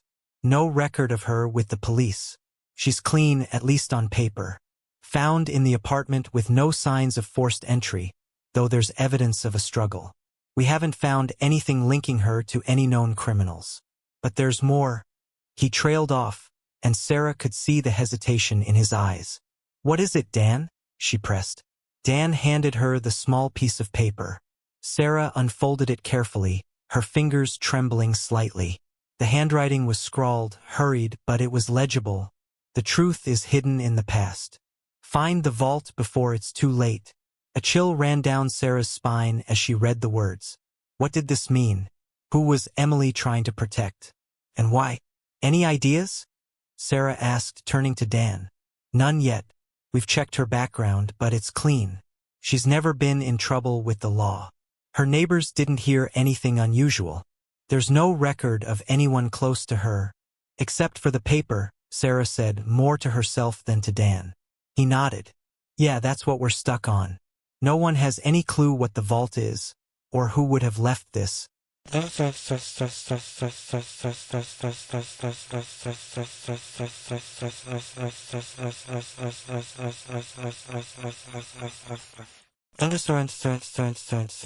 next few days were a blur of investigation. Sarah and Dan dug deeper into Emily Williams' past, but the more they uncovered, the more questions arose. Emily had worked as a junior accountant at a small firm, a job that seemed perfectly ordinary. She had no history of criminal activity, and her personal life appeared just as mundane. No boyfriends, no hidden past. At least that's what the surface revealed. But Sarah's instincts told her something was off. There had to be more. The paper, the cryptic message, the brutal murder, it was all too calculated. Someone wanted Emily dead. But why? And what was this vault that was so important? After several long nights, Sarah finally uncovered something. Emily had been involved in a legal case several years earlier, one that had been quietly swept under the rug. It was a financial scandal involving her former employer, a company that had been accused of laundering money through offshore accounts. The case had been dismissed quietly, but the file had been marked with a series of strange notes, implying Emily might have been a whistleblower. The vault wasn't just a metaphor, it was real. The deeper they dug, the more Sarah realized Emily had been sitting on a dangerous secret. She had uncovered evidence of money laundering that involved some of the most powerful figures in the city. And when those figures found out she had the goods, they made sure she paid the price.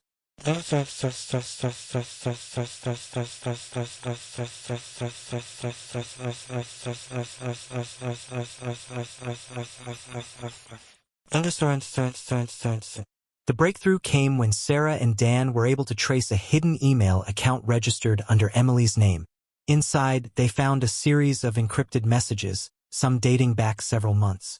The messages were directed to someone named the broker, a well-known figure in the criminal underworld. The last message from Emily read, "The vault is in the old warehouse, 5th and Pine. I'll meet you there at midnight. I'm ready to expose everything." It was clear now. Emily had planned to meet someone to hand over the evidence, but she never made it. With this new lead, Sarah and Dan headed straight to the warehouse. It was a crumbling, abandoned building on the outskirts of the city, a place that screamed danger. As they approached, Sarah's gut tightened. This was it, the final piece of the puzzle. They carefully entered the building, their flashlights cutting through the darkness. The smell of mildew and dust filled the air. And then, there it was, a large, rusted metal vault sitting against the wall. The vault's combination lock was old, and its heavy door creaked as they pried it open. Inside, they found a collection of files, documents, photographs, and hard drives. Everything Emily had collected about the money laundering operation, the criminals involved, and the people who had tried to silence her. Sarah's hands shook as she rifled through the evidence. She had found the truth, the thing that had gotten Emily killed. It was all here in her hands. But as they prepared to leave, a sudden noise broke the silence. Footsteps. A voice called from the shadows. "Put the files down, detective." Sarah froze, her heart racing. She knew that voice. It was the broker. And now he had them cornered. Case 13. Detective Thomas Hayes was having a rare moment of peace as he sipped his coffee at the local diner. The usual hum of the city's noise echoed faintly through the window, but in this quiet corner, he was alone with his thoughts. His mind wandered over the last case, the one that had nearly driven him to the edge, the one he couldn't shake, the unsolved murder of a woman named Clara Monroe. The phone rang, cutting through the stillness like a knife. "Hayes," he answered, his voice weary but sharp. "Tom, we've got another one," came the voice of his partner, Detective Lily Graves. "You're gonna want to see this." The words "another one" hit like a punch to the gut. Could mean only one thing: another murder. Another victim to add to the growing list that haunted his department's record. The city had been gripped by an unusual series of killings, all eerily similar. But nothing about them made sense.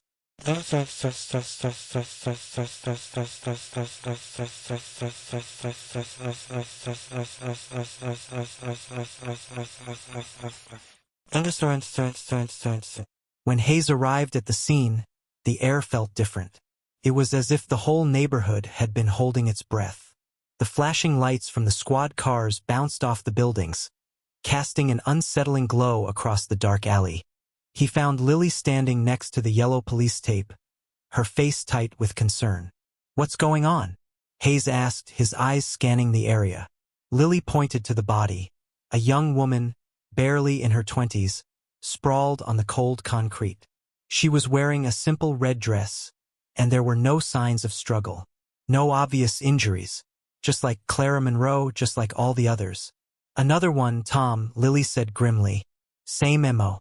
No signs of forced entry. No wounds that would explain her death. But this time there's something different." Hayes frowned. "What do you mean?" Lily stepped closer to the body, and Hayes followed. She knelt down beside the victim, pointing to the woman's hand. In it, there was a small, folded piece of paper, much like the one Clara Monroe had held when she was found dead. Hayes' heart sank. Could this be another clue? Another message? "Go ahead," Lily said. "Take a look." Hayes carefully unfolded the paper, his breath catching in his throat as he read the message. "The truth lies in silence. Find what's hidden before the city falls." "Jesus," Hayes muttered. "This is the same as the one from Monroe." Lily nodded, looking just as unsettled. "It's all connected, Tom. The same message, the same method. Whoever's doing this, they want us to find something. But what?"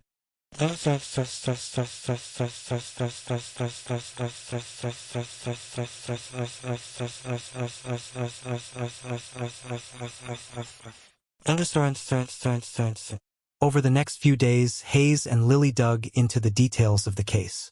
They pored over the files from the previous murders, examining every shred of evidence.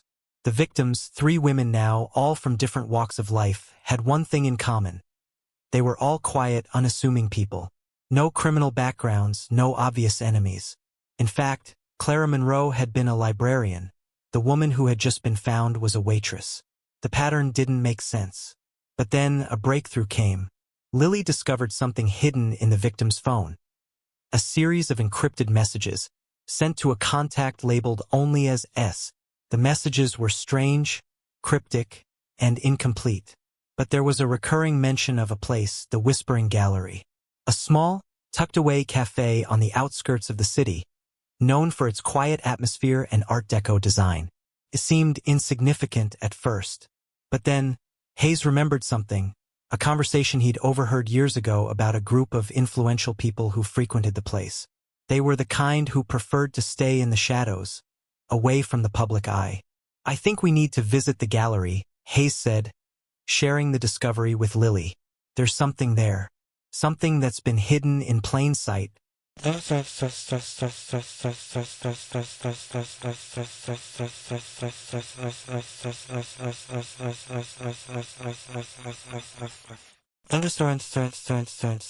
The next morning, Hayes and Lily entered the Whispering Gallery, their eyes scanning the space. It was just as they'd heard, dimly lit, with quiet jazz music playing in the background. The atmosphere was serene, almost otherworldly. There were only a few patrons, most of them absorbed in their own thoughts. They walked to the counter, where a thin, older man with silver hair stood polishing glasses. His eyes flickered to them, and for a split second, Hayes could see the tension in his gaze. But when the man spoke, his voice was calm. "Can I help you?" he asked, a polite smile on his face. "We're investigating a series of murders," Hayes said, his tone businesslike but firm. "We believe they might be connected to this place." The man's smile faltered slightly.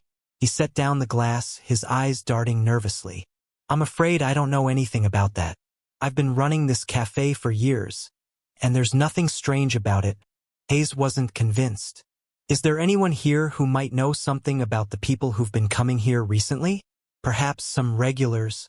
The man hesitated. "I don't ask questions about my customers," he said, looking over his shoulder as if expecting someone to appear. "Everyone's welcome here. It's all about peace and quiet. If you're looking for trouble, I can't help you." Lily stepped forward, her voice calm but insistent.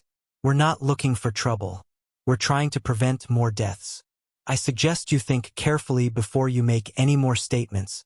The man looked at her, then at Hayes, before sighing in resignation. "There's a private room in the back. I've seen people go in and out, people who don't belong here. It's been happening more and more these past few weeks. I don't know what they're doing, but they're not just coming for coffee." Hayes nodded. "Take us there." The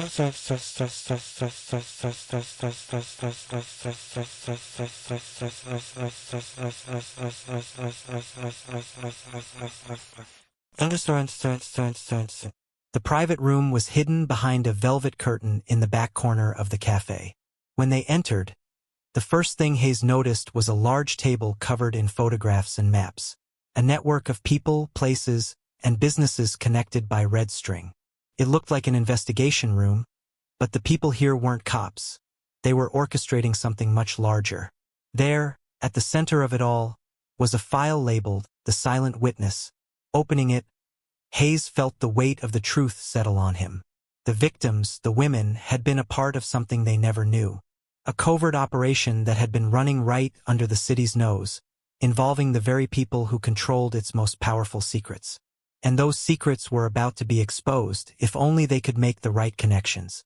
But before Hayes could process it all, a voice broke the silence. "Looking for answers, detective?" Hayes spun around, his hand instinctively reaching for his gun. There, standing in the doorway, was a man in a sharp suit, someone he had never seen before, but whose face was eerily familiar. He was the final piece of the puzzle. Case 14. Detective Sarah Cooper leaned back in her chair, staring at the cold case file in front of her. It had been 5 years since the brutal murder of billionaire tech mogul Charles Hawthorne, but the case had never been solved. The police had gone through every lead, interviewed dozens of suspects, and examined every piece of evidence, but it had all led to a dead end. The files had been gathering dust, abandoned by every detective who'd worked on it, except Sarah. There was something about the case that wouldn't let her go. Hawthorne wasn't just a tech genius. He was a man with enemies, a man who made waves with his controversial decisions, a man who had no shortage of people who would have wanted him dead. But no one seemed to have a clear motive, and no one had a solid alibi. Now, Sarah was the only one still working it. She knew that the truth had to be somewhere, hidden beneath all the lies. The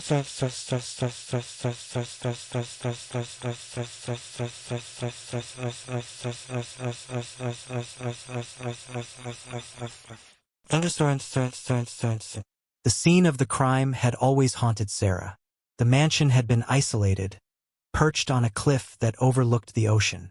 The grand estate, a testament to Hawthorne's wealth and ambition, now seemed like a graveyard for his secrets. Sarah arrived at the mansion once again, this time with renewed determination.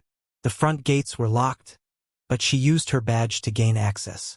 The security cameras had been tampered with the night of the murder, but the inside of the mansion was pristine. No sign of forced entry, no struggle, and only one person had been reported to have been inside the night of Hawthorne's death. His assistant, Leah Bennett. Leah had been Hawthorne's right hand for years, a seemingly loyal employee with an impeccable record. But Sarah had always found her story suspicious. Leah claimed she had been at the mansion that night to deliver a report, but she had been found locked in Hawthorne's office the next morning, unable to explain how or why she was there. The police had cleared her of any wrongdoing, but Sarah wasn't convinced.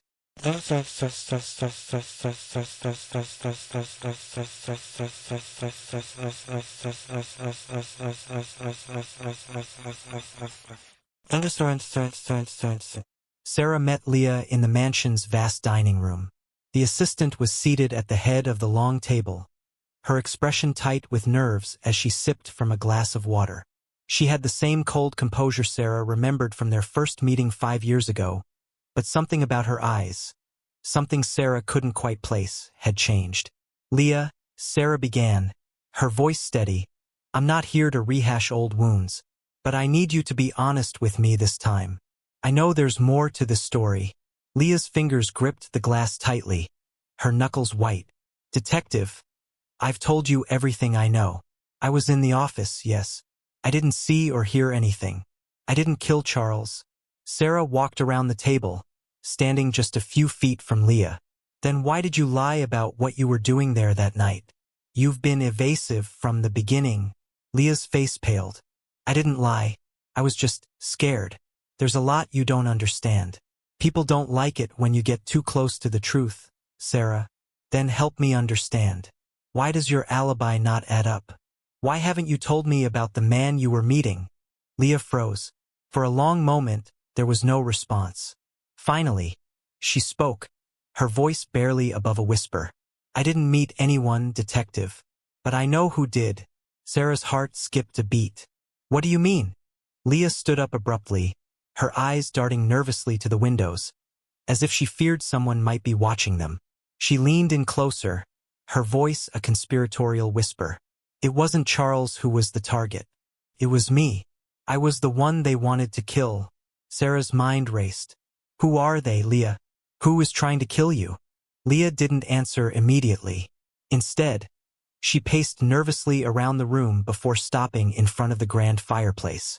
I've been investigating something. Charles was involved in something dangerous, something he tried to keep hidden. But I found out. I found out about the illegal deals, the money laundering, and the people he was working with.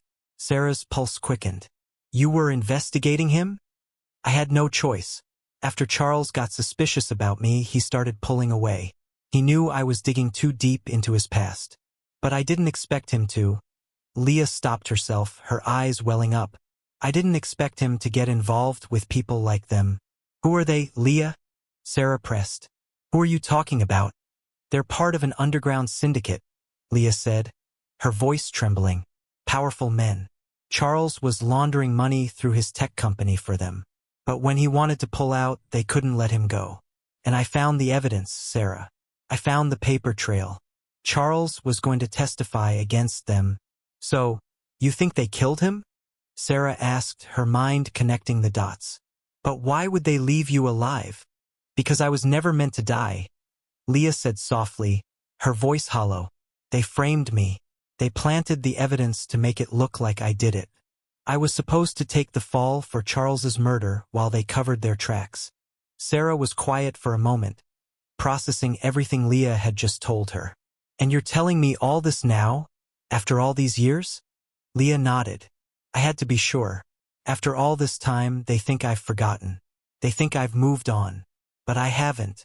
I know who they are, Sarah. And I can't run anymore.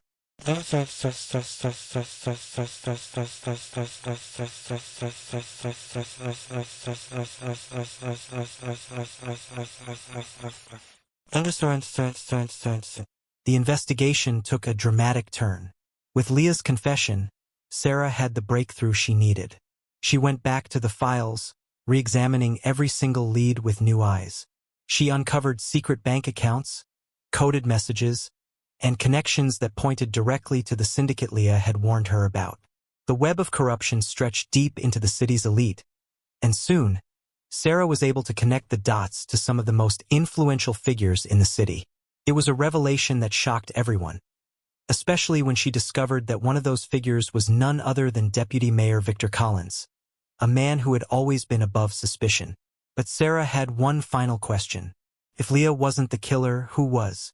As she dug further, Sarah uncovered a shocking truth. Charles Hawthorne hadn't been killed in a typical way. He had been poisoned, but with a rare, undetectable substance that only a select few knew about. The poison had been administered days before his body was found, making it seem like a natural death.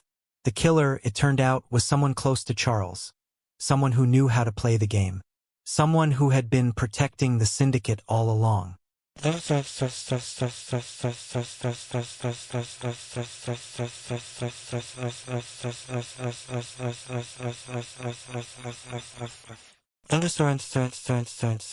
In a final confrontation, Sarah confronted Deputy Mayor Collins, who had been orchestrating the entire cover-up. He confessed to everything, the illegal deals, the murder, and the frame job. But it was too late for him. The walls had closed in. Leah was exonerated, her name cleared, and the syndicate was brought down. As Sarah walked away from the courthouse, she couldn't help but feel a sense of closure. It had taken years, but she had finally uncovered the truth. The case was closed, and justice had been served. But as she stood in the middle of the busy street, she felt a strange unease settle in her stomach. The world was full of shadows, dark corners she hadn't yet explored, and there were always more secrets, more crimes waiting to be uncovered. She couldn't stop. Not yet. Not ever. Case 15. Detective Olivia Barnes sat at her cluttered desk, her fingers tracing the edges of the folder before her.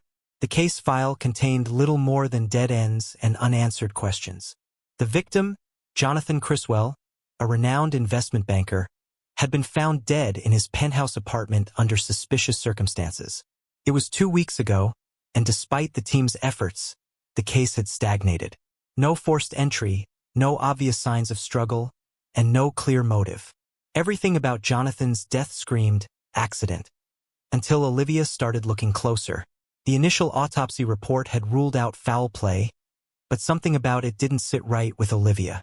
She could feel the weight of the unanswered questions pressing on her chest, and she wasn't about to let the case slip away like so many others. She opened the folder again, focusing on the one part of the case that had intrigued her from the start: the victim's last phone call. Jonathan had made a call at 8:45 p.m., just hours before his body was discovered. But the call had been to a number that didn't belong to anyone he knew. The number was unregistered. Olivia wasn't sure whether it was a mistake or a deliberate attempt to cover something up, but she had to find out.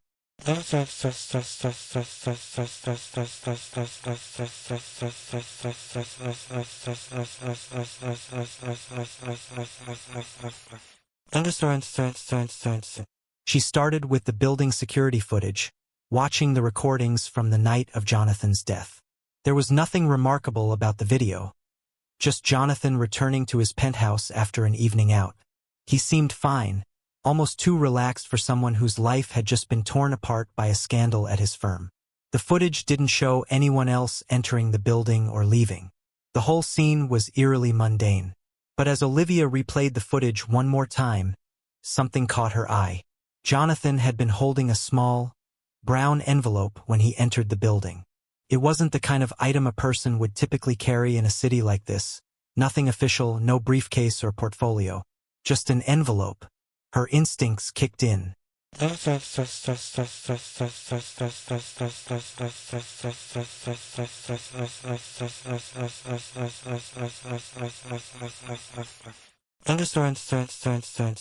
The next morning, Olivia was back at the penthouse, examining the scene. The apartment was spacious, modern, and pristine, just as one would expect from a man of Jonathan's stature. The coffee table had been cleared of any personal items except for one thing: a single, crumpled piece of paper. She picked it up, unfolding it carefully. The handwriting was slanted and jagged, almost frantic. The note read, "The truth is worth more than life." Olivia stared at the message, her mind racing. The cryptic nature of the note left her with more questions than answers. Who had written it? And why was it left behind? The message didn't seem like something Jonathan would have written himself, not based on the man his colleagues had described. He was driven, focused, but not one to leave cryptic messages. Her thoughts were interrupted when she heard a sound behind her. She spun around to see the building's superintendent, a middle-aged man named Earl, standing at the door. "Detective Barnes," he said, his voice hesitant. "I didn't mean to interrupt, but I thought you might want to see this." He handed her an old-fashioned key. This was found in the trash by the service elevator.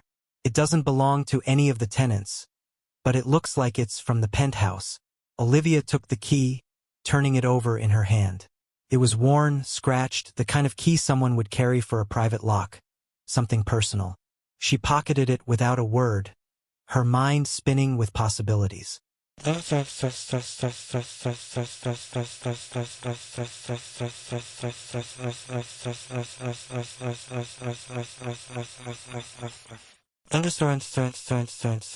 Later that day, Olivia tracked down the source of the strange phone number. It was a burner phone, one that had been discarded and traced to a local payphone. The line had been active for a few days, then went silent the night Jonathan died. But the real breakthrough came when she checked the phone's last known location. It had pinged off a satellite tower near the docks, far from Jonathan's apartment. The phone's owner had taken steps to erase any trace of their identity, but the location was too much of a coincidence to ignore. Olivia stood at the docks, looking out over the water. There was nothing particularly remarkable about the area. It was quiet, industrial, and secluded. But as she scanned the area, she noticed something she hadn't seen before. A small, nondescript warehouse at the end of the pier. She approached cautiously, her hand on the holster of her gun. Inside the warehouse, she found exactly what she was looking for. An office with piles of financial records, real estate documents, and a large wooden desk covered in papers. Someone had been hiding something here, but it wasn't until she opened one of the drawers that she found what she was really after. A ledger detailing several high-level transactions, payoffs, bribes, and something even darker, laundering.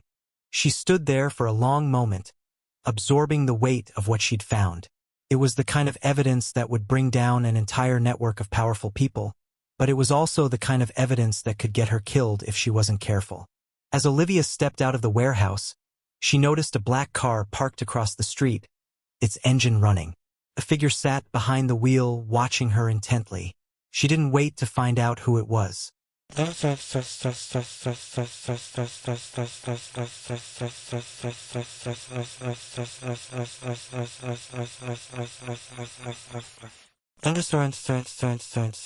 That night, Olivia met with her partner, Detective Jake Miller, at a local diner to discuss her findings.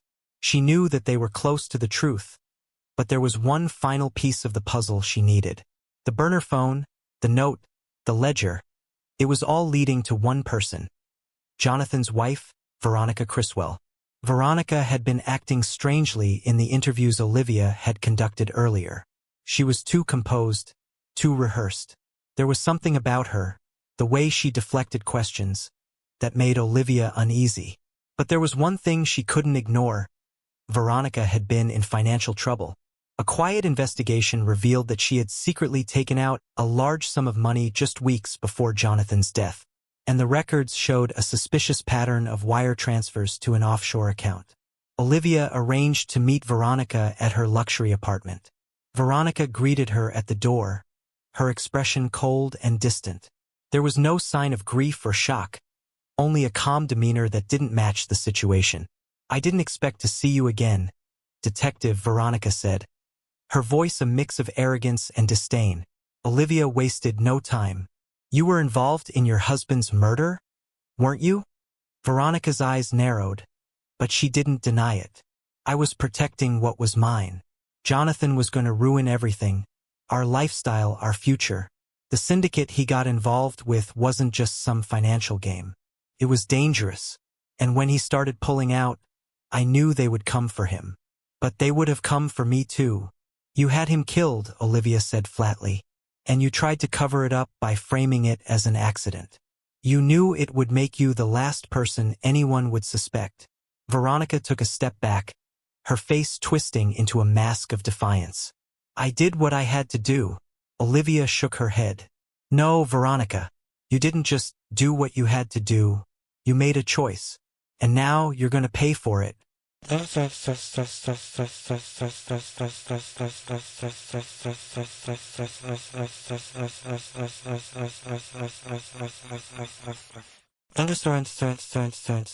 In the end, Veronica Criswell was arrested for the murder of her husband.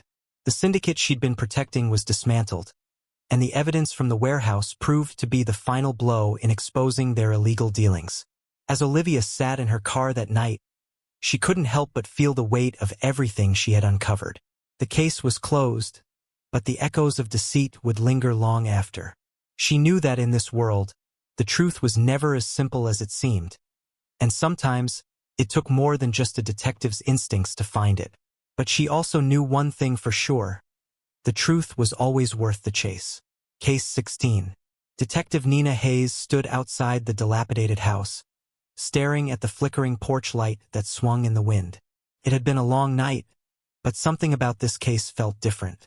The victim, Alex Monroe, was a well-known tech entrepreneur, young, brilliant, and loved by many. His sudden death, however, had left no trace of the killer. No signs of forced entry, no obvious clues, just a quiet, peaceful scene, which felt unnervingly wrong. The 911 call had come in at 3:15 a.m., but by the time the paramedics arrived, Alex was already gone. No blood, no struggle, just the cold stillness of his body lying on the floor of his study. His heart had simply stopped, and no one could figure out why. Nina had learned the basics in the briefing. Alex had been a loner, despite his wealth and status. He spent most of his time locked away in his tech startup, and recently, he'd been making waves in the industry with a new AI-powered project that some said could change the world.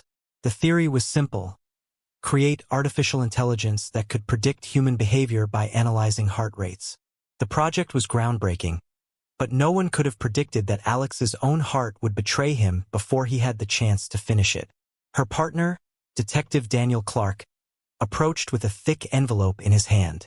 "Got the autopsy results," he said, glancing around. "We're still not sure what caused the cardiac arrest. His heart just stopped. They think it might have been a natural condition, but they couldn't find any medical records to back it up." Nina took the envelope, flipping through the pages. There was something odd about the medical history or lack of it. Alex had never been diagnosed with a heart condition, nor had he ever mentioned any health issues to anyone, including his closest friends. But there was something more unsettling on the final page of the autopsy report. An anomalous trace on Alex's heart rhythm, as though there had been an external influence. As if someone had been watching him, monitoring him. "Daniel," Nina muttered, "I think we're missing something." The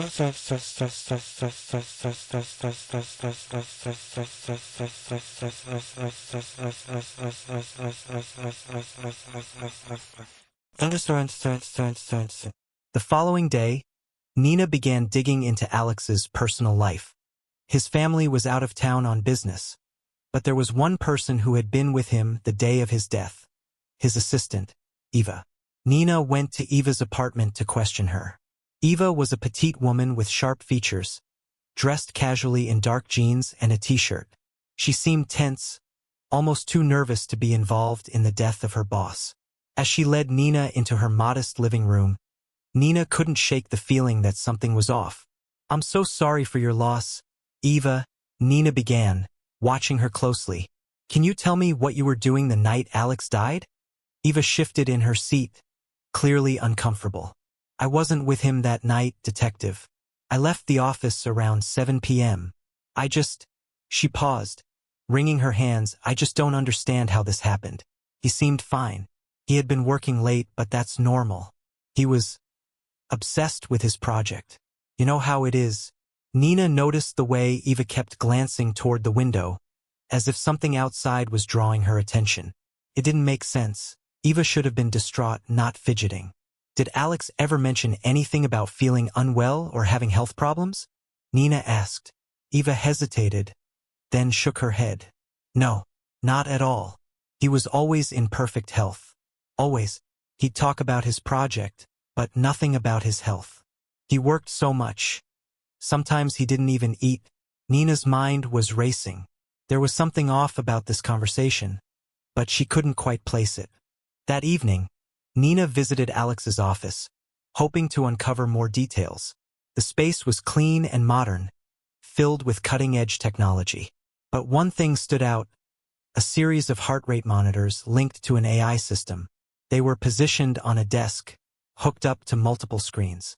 The machines appeared to have been recording data continuously, but there was one thing that bothered Nina, the last entry on the log.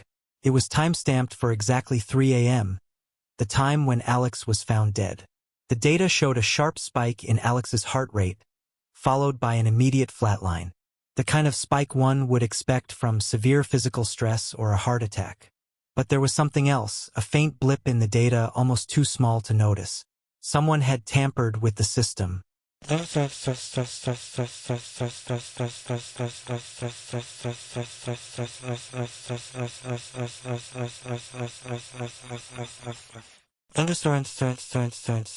Nina returned to the office the next day, determined to find out who had accessed the data. The security system was extensive, and after a few hours of searching, she found a key piece of information. The system logs showed a breach in the program at exactly 2:58 a.m. It had been hacked remotely. Someone had injected a signal into Alex's heart rate monitor just moments before his death. Her stomach sank as the realization hit her. Someone had been monitoring him. Someone had been controlling his heart rate. But why? She was about to head out when Daniel called. "You need to see this," he said, his voice low. "I think we've found our killer."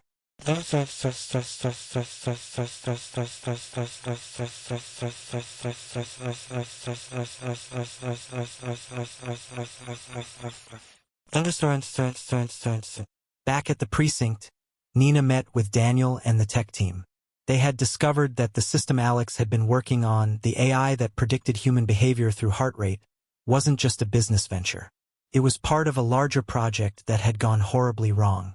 The AI wasn't just predicting behavior, it was manipulating it.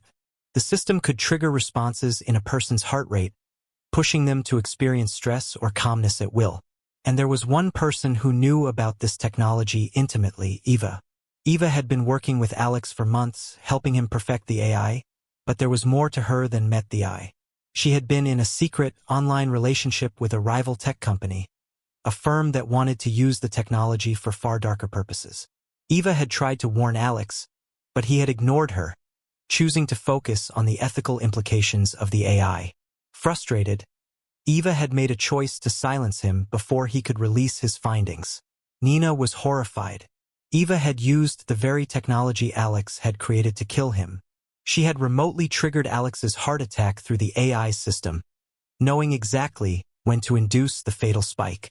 The data log was the key to proving it. Eva had been the one hacking into the system.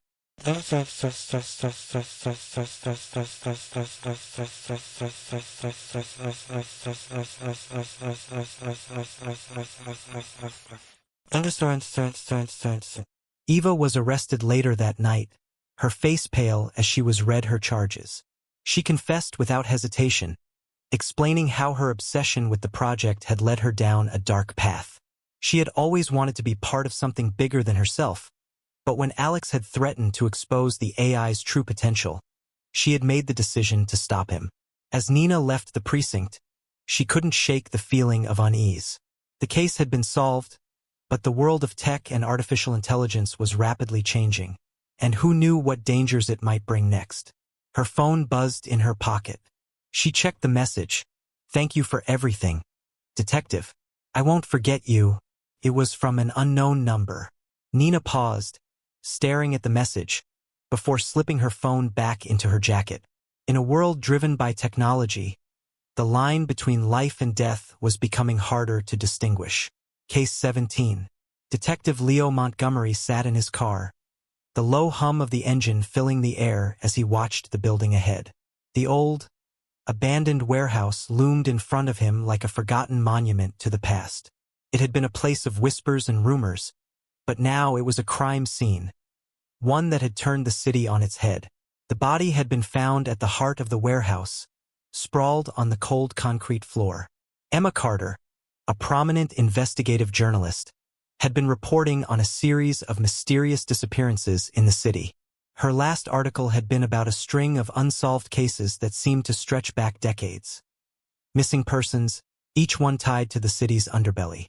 She had promised Leo a breakthrough, but now she was dead. Ready, his partner, Detective Ava Rodriguez, asked, tapping on the window. Her face was serious, her eyes narrowed. She had been with him for years, but this case felt different. Emma was well known, a respected figure in the community. Her death wasn't just a murder, it was a statement. Leo nodded and got out of the car. They made their way into the warehouse, where a small team of forensic experts were already combing the scene. The room smelled of damp concrete and dust, the air heavy with tension. There, in the center of the room, was Emma's body. Her dark hair was splayed around her like a halo, her eyes wide open, but her expression was eerily calm. It didn't look like she had struggled. It was almost as if she had been waiting for someone. The coroner, Dr. Frederick Morris, approached them with a solemn expression. "Time of death is roughly 10:30 p.m., he said, checking his notes. "But that's not the most unusual thing." Leo raised an eyebrow. "What do you mean?" Morris knelt beside the body and pointed to a small, nearly invisible wound at the base of Emma's neck. It's a needle mark, but there's no evidence of poisoning. It's too clean, almost surgical. Whoever did this knew exactly what they were doing." Leo frowned. He had seen a lot in his years on the force, but this was different. The precise nature of the injury indicated a methodical killer, not someone who acted on impulse. "Is there any trace of struggle?" Ava asked, scanning the rest of the room. "No signs of force," Morris replied. "No defensive wounds. Whoever killed her was probably someone she knew." Leo's mind raced. Emma had been working on something big, something that someone didn't want getting out. But what? He needed answers, and fast.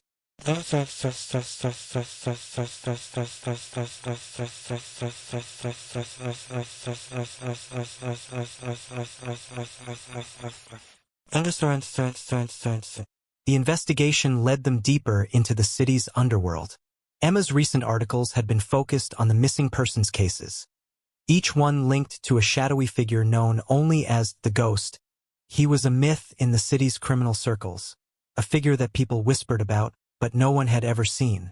Those who spoke of him claimed he could make anyone disappear without a trace, and that he had eyes everywhere. Emma had been determined to unmask him. Now, it seemed he had made sure she would never get the chance. Leo and Ava started by interviewing Emma's colleagues and friends, hoping to find some clue that would point them in the right direction. The deeper they dug, the more it became clear. Emma had been onto something. She had been investigating the Ghost for months, collecting evidence, making connections, so much so that she had even started receiving anonymous threats.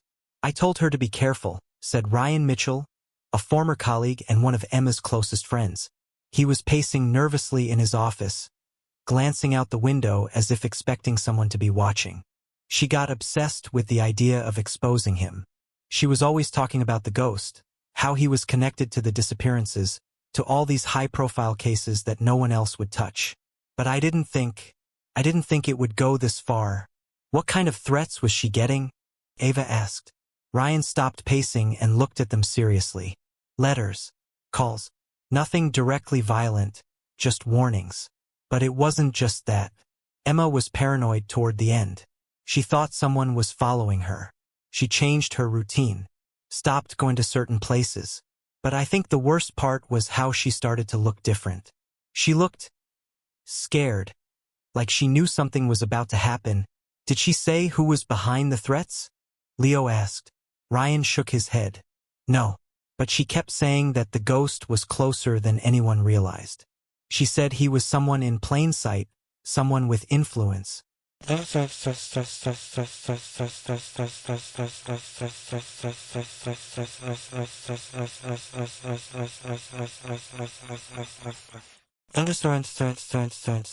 That night, Leo couldn't shake the feeling that they were missing something. He stood in front of Emma's apartment, his hands in his pockets, staring at the building. Everything about this case felt like a puzzle with too many missing pieces, and he needed to figure out where they fit. Suddenly, his phone rang. It was Ava. "Leo, get back to the precinct. We found something."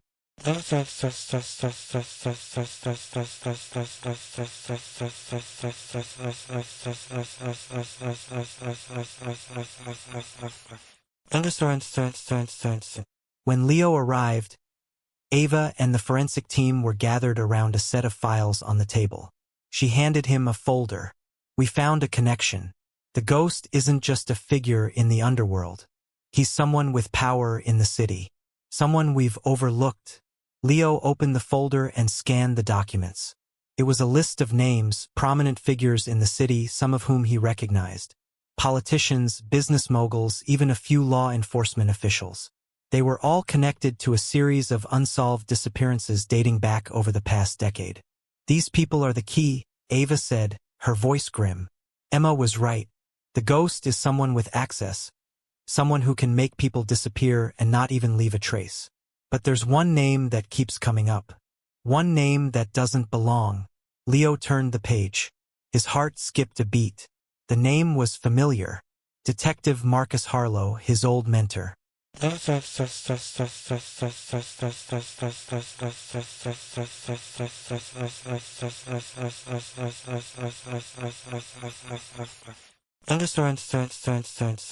next day, Leo met with Harlow under the guise of an informal check-in.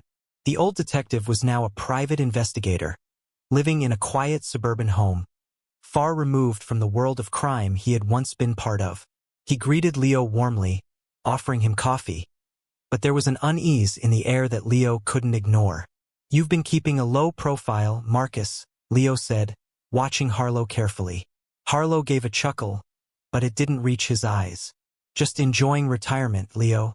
The city's not what it used to be. Too much corruption, too many people looking out for themselves." Leo studied his mentor's face, searching for signs of guilt. I've been working on a case. A journalist was murdered recently. Emma Carter. She was investigating someone called the Ghost. Harlow's expression darkened. "I've heard of her. Smart woman. She was onto something dangerous." Leo leaned forward, his gaze steady. "And you know all about it, don't you? You've been part of the cover-up. The disappearances. The people you helped erase. You were always the one pulling the strings behind the scenes." Harlow's jaw clenched, but he didn't deny it. "I did what I had to do, Leo. You wouldn't understand. The city's not as black and white as you think. Sometimes people have to disappear. For the greater good." Leo stood up slowly, his heart pounding in his chest. "No, Marcus, you're wrong. And now you're going to pay for what you've done."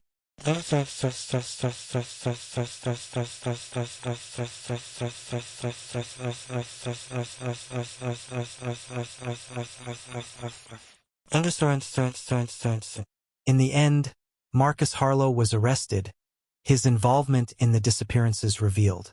Emma's death, though tragic, had not been in vain. Her investigation had brought down the man behind the ghost, someone who had eluded justice for years. But Leo knew that this was only the beginning. The city was full of secrets, and as long as there were people willing to bury the truth, he would be there to uncover it. The echo of silence from the warehouse, where Emma had died, still haunted him. The mystery wasn't over. The ghost wasn't gone. He was just waiting for the right moment to strike again. Case 18. The rain beat down on the streets of Riverton, a small town nestled in the hills of the countryside, where nothing much ever happened. At least, that's what everyone thought. But Detective Lila Hayes knew better. The quiet facade hid a web of secrets, and when she was called to investigate a murder at the local diner, she quickly realized just how deep those secrets ran. The victim, Samuel Blake, was a beloved figure in Riverton, a man who had once been a rising star in the town's political scene before disappearing from the public eye over a decade ago. He had recently returned, claiming to be ready to make a comeback. But now he was dead, slumped in a booth at the corner of the Pine Hill Diner, his life snuffed out by a single bullet to the chest. Lila stood over the body, her sharp eyes scanning the scene. The diner was closed for the night, and the crime scene was quiet except for the low hum of the police radios. The air was thick with the smell of grease and coffee, remnants of the dinner rush still lingering. "Looks like a clean shot," Officer Daniel Fox, her young partner, said, crouching beside the body. "No sign of a struggle. It happened fast." Lila nodded. "Who found him?" "The cook. He heard a gunshot, then went to check. Found Blake slumped over the table. No one saw anything, though. Lila glanced around the diner. The windows were fogged up from the rain, and the soft light from the hanging bulbs cast long shadows over the booths. Everything seemed untouched, as if Blake had been caught completely off guard. "Have you spoken to anyone who might know why Blake came back after all these years?" she asked, her mind already working through the possibilities. Daniel hesitated. "A couple of people say he was planning to run for mayor. He'd been meeting with people, making a lot of promises. Some folks think he was trying to clean up the town's reputation. Others say he was back for revenge. There's a lot of speculation, but no one's been too open about it." Lila sighed. Samuel Blake had been a controversial figure when he left all those years ago. His sudden disappearance had sparked rumors, but no one knew for sure what had happened. Now, his return and death had only reopened old wounds. The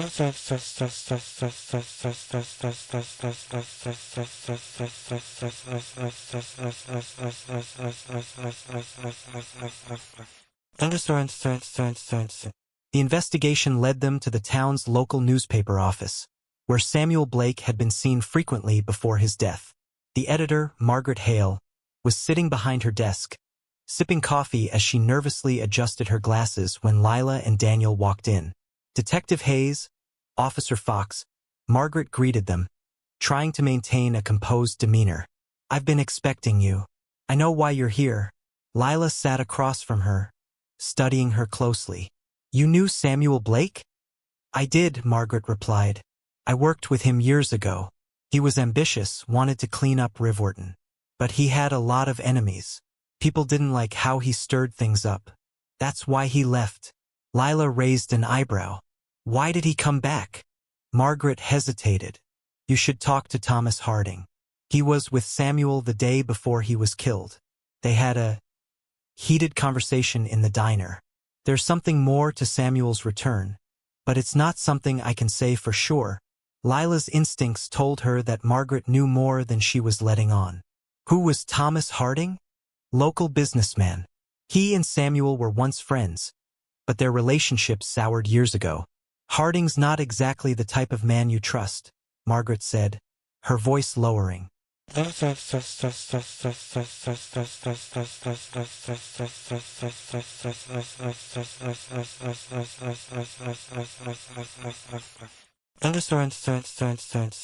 The next morning, Lila and Daniel tracked down Thomas Harding at his office. Harding was a tall man, well-dressed in a crisp suit, but his sharp features and calculating eyes made him seem more like a predator than a businessman. When they asked about his conversation with Blake, Harding was calm, almost too calm. "I don't know what you're implying, Detective, but Samuel and I had a few words. That's all. I don't see how it's relevant." Lila wasn't convinced. "You two had a history. What was it about?" Harding shifted in his seat, his fingers tapping rhythmically on the desk. "Look, Samuel was always ambitious, but his methods, they didn't sit right with me. He had ideas for the town, ideas that would have hurt people like me. He left because he realized it was too much. But when he came back, it was clear he hadn't changed. He wanted to start a war, and I didn't want to be a part of it." Lila leaned in. "Did you threaten him?" Harding chuckled, but there was no warmth in his smile. "I didn't need to threaten him. Samuel was a grown man. He knew exactly what he was doing."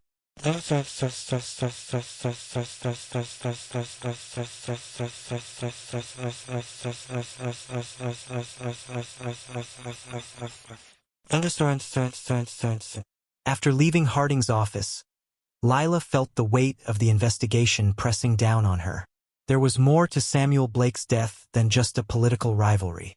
Harding's words were cryptic, and his coldness didn't sit well with her. But there was one more person to talk to: Blake's estranged sister, Elise. Elise Blake was a quiet woman who lived in a modest home on the outskirts of town. When Lila arrived, she found Elise sitting on the porch, her face pale as she stared out at the rain-soaked streets. "Detective Hayes, I've been expecting you," Elise said softly, as if she had known this day would come. She motioned for Lila to sit beside her. "I knew it wouldn't end well. Samuel was never the same after he left. What do you mean? Lila asked, her curiosity piqued. Elise hesitated. He didn't just leave town. He left because he was in trouble. The people he crossed, they didn't forgive easily. He came back because he thought he could make things right. But it was too late. Lila's heart sank. What kind of trouble? Elise turned to face her, her eyes filled with sorrow. Samuel was involved in something dangerous. He had evidence, but he made enemies, powerful ones. When he returned, he thought he could undo the damage, but it was already too late. He was always running from his past, detective, and that past caught up with him.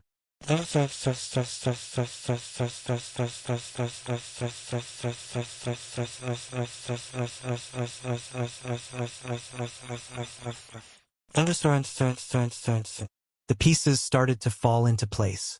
Samuel Blake hadn't just been trying to clean up Rivwerton. He had been running from something much darker. A mistake from his past had come back to claim him. The breakthrough came when Lila reviewed old police files from Samuel's political campaign years ago. There was a missing persons case, one that had never been solved. The victim? A man named Victor Mason, an associate of Samuel's who had disappeared just before Samuel left town. It turned out that Samuel had been the last person to see him alive. No one had ever connected the dots. But Lila knew now that Mason's disappearance had been the catalyst for everything that happened afterward. Lila returned to Thomas Harding's office, her resolve unwavering. Victor Mason, you were involved, weren't you? She asked, her voice steady. Harding's face went pale, and for the first time, Lila saw a flicker of guilt. You don't know what you're asking, he said, his voice low. You have no idea how deep this goes. You didn't just lose a friend, Thomas. You lost control. Samuel knew too much, and when he came back, you couldn't let him expose you. Harding's eyes darkened. You don't understand, detective. Sometimes people have to disappear. Rivwerton wasn't always a quiet town. There were things Samuel didn't want anyone to know. The truth was uncovered, and with it, the shocking revelation. Samuel Blake had been murdered not just for his return, but for the secrets he carried with him. Thomas Harding had been involved in Victor Mason's disappearance all those years ago, and Samuel had known the truth. He was murdered to keep it buried. With the case solved, Lila stood over Samuel's grave, the rain falling softly around her. The town of Rivwerton had hidden its secrets for too long, but now those shadows had been brought to light. And for once, the past had finally caught up with those who thought they could escape it. Case 19. The small town of Ashford was known for its quiet streets and picturesque landscapes. Nestled between rolling hills and a dense forest, it had always been a place where everyone knew everyone. Nothing out of the ordinary ever happened, until that one night in October when the body of Thomas Caldwell, a local historian, was discovered in the town's old cemetery. Detective Eleanor Graves, who had spent the better part of her career in the city, had recently moved to Ashford for a quieter life. She never imagined she'd be called upon to solve a murder in a town that seemed so peaceful. But when she stood by the cemetery gates, staring at the lifeless body of Thomas, she knew the calm was nothing but an illusion. Thomas was well respected in Ashford, known for his knowledge of the town's history and his tireless efforts to preserve its past. But behind the respectful exterior, there were rumors, whispers about secrets buried deep within the town's history, things that no one dared to speak of. The rain had stopped just as Eleanor arrived, leaving the ground wet and the air heavy. The full moon cast an eerie glow over the cemetery, its light barely breaking through the dense fog that had rolled in from the forest. The body lay near the old stone chapel, his hand gripping a crumpled piece of paper. Eleanor crouched beside him, examining the scene. "Do you have any idea who did this?" asked Officer William Harper, the young officer assigned to assist her. His face was pale, and he kept glancing nervously around the graveyard, as if the dead might rise at any moment. Eleanor stood, taking in the surroundings. "I haven't seen anything like this in a while. It's strange. No signs of a struggle, but the man is dead. And that paper," she gestured toward the crumpled piece still in Thomas's hand. "We need to see what that is." The officer carefully pried it from Thomas's fingers and handed it to Eleanor. Unfolding it, she found a single sentence written in a scrawled, hurried hand. The truth is buried beneath the old oak.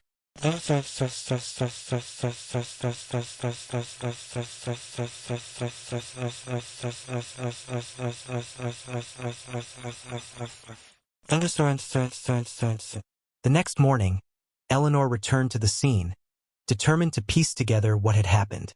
The old oak referenced in the note was a massive tree near the far edge of the cemetery, its gnarled branches stretching toward the sky like skeletal fingers. Eleanor circled the tree, scanning the ground for any sign of something hidden. She crouched low, running her fingers through the damp soil. Something caught her attention, a glint of metal beneath the surface. She grabbed the nearest trowel and began to dig. Minutes later, she unearthed a small, weathered box. It was old, covered in dirt, and secured with a rusty lock. Her pulse quickened. What was Thomas Caldwell trying to find?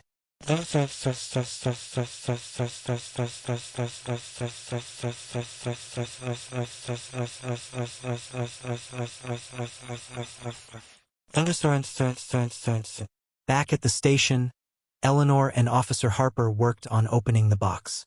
It was a difficult task, the lock too stubborn to open by force, but finally, after several attempts, the box gave way. Inside, there were a series of old letters, their yellowed pages fragile with age. Eleanor carefully sifted through them, her eyes scanning the inked words.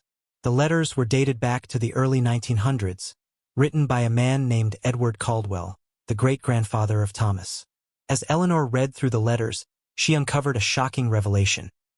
Edward had been involved in a scandal that had rocked Ashford nearly a century ago. A murder, a cover-up, and a hidden treasure. Edward had been part of a wealthy family that owned much of the land surrounding Ashford. But something had gone terribly wrong. The letters hinted at a love affair gone awry, an affair that led to the death of a woman named Margaret Collins. The details were sketchy, but one thing was clear. Edward had been involved in the woman's death, and his family had gone to great lengths to hide the truth.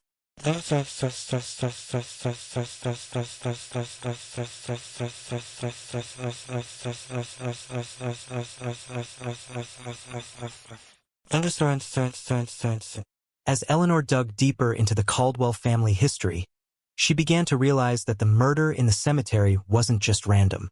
Thomas Caldwell had been looking into his ancestors' past, trying to uncover the truth about Margaret Collins's death, and someone in Ashford wanted to make sure that truth stayed buried.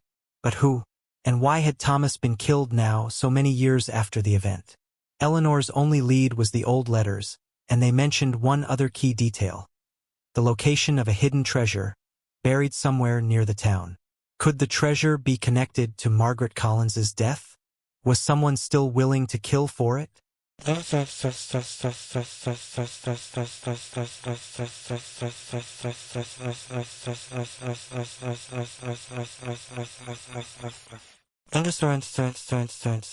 The investigation took Eleanor to the town's archives, where she pored over old newspaper clippings, looking for any connection between Margaret Collins's death and the Caldwell family. It didn't take long before she found a newspaper article from 1912. The headline read, "Wealthy Caldwell heir linked to tragic death." The article detailed the mysterious circumstances surrounding Margaret's death, but it also mentioned a strange find: a gold medallion that had been discovered in the nearby woods, near the old mansion where the Caldwell family once lived. The medallion was said to have been part of a larger treasure that had been hidden during the early 1900s. Eleanor's heart raced. Could it be? Had the treasure been buried all these years, waiting to be found? And if so, who would be willing to kill to keep it hidden?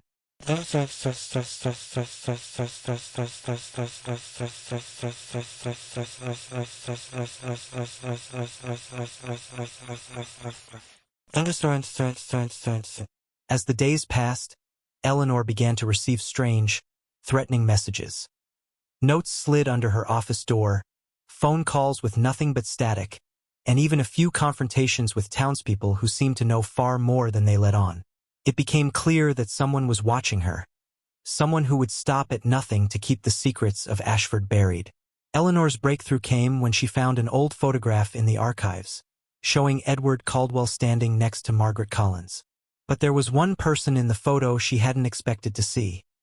Samuel Greer, a name that had come up in the letters as well.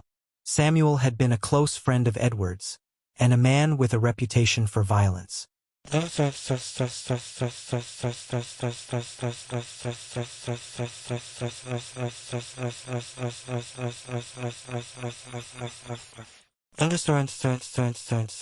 Eleanor tracked down Samuel Greer's descendants, who still lived in Ashford.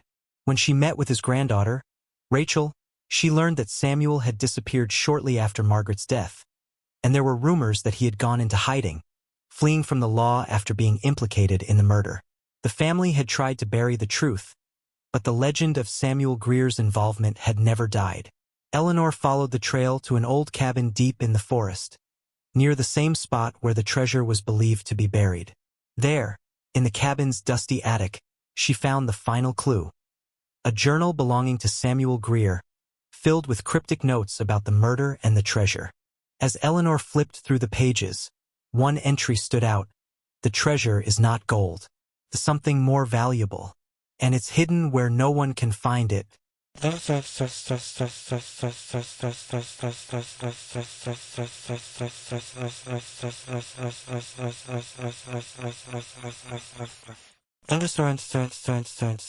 The final confrontation took place under the full moon, in the clearing near the old mansion where Edward Caldwell had once lived.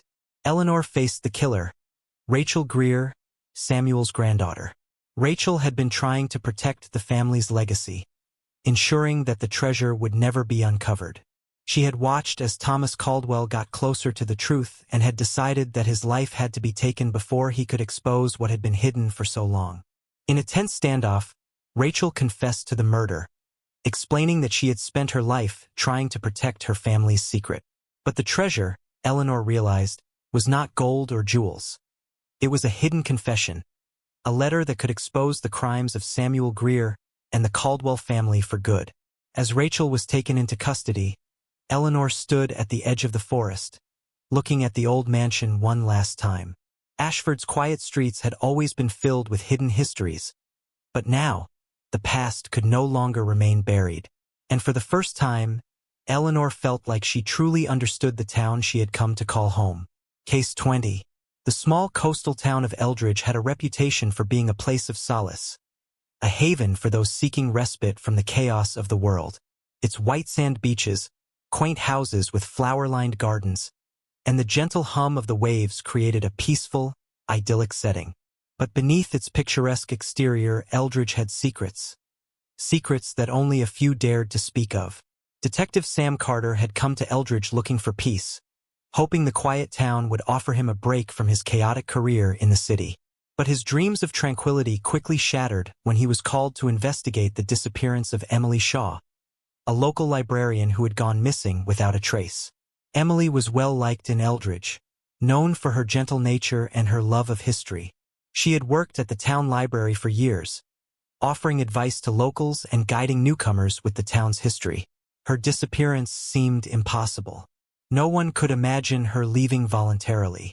No note, no signs of struggle, just an empty house and a missing woman. Sam had only been in Eldridge for a week, but he was already familiar with the town's murmurs. Whispers about things going wrong, stories that were never fully told. No one seemed willing to speak up, and the locals were oddly tight-lipped about the details of Emily's life. The only lead Sam had was a strange detail from Emily's last day at work. She had checked out a book, an old, leather-bound journal that had been hidden in the library's archives for years. A book that, according to the town's records, had never been checked out before. Sam stood in the town library, now empty except for him and the dusty shelves.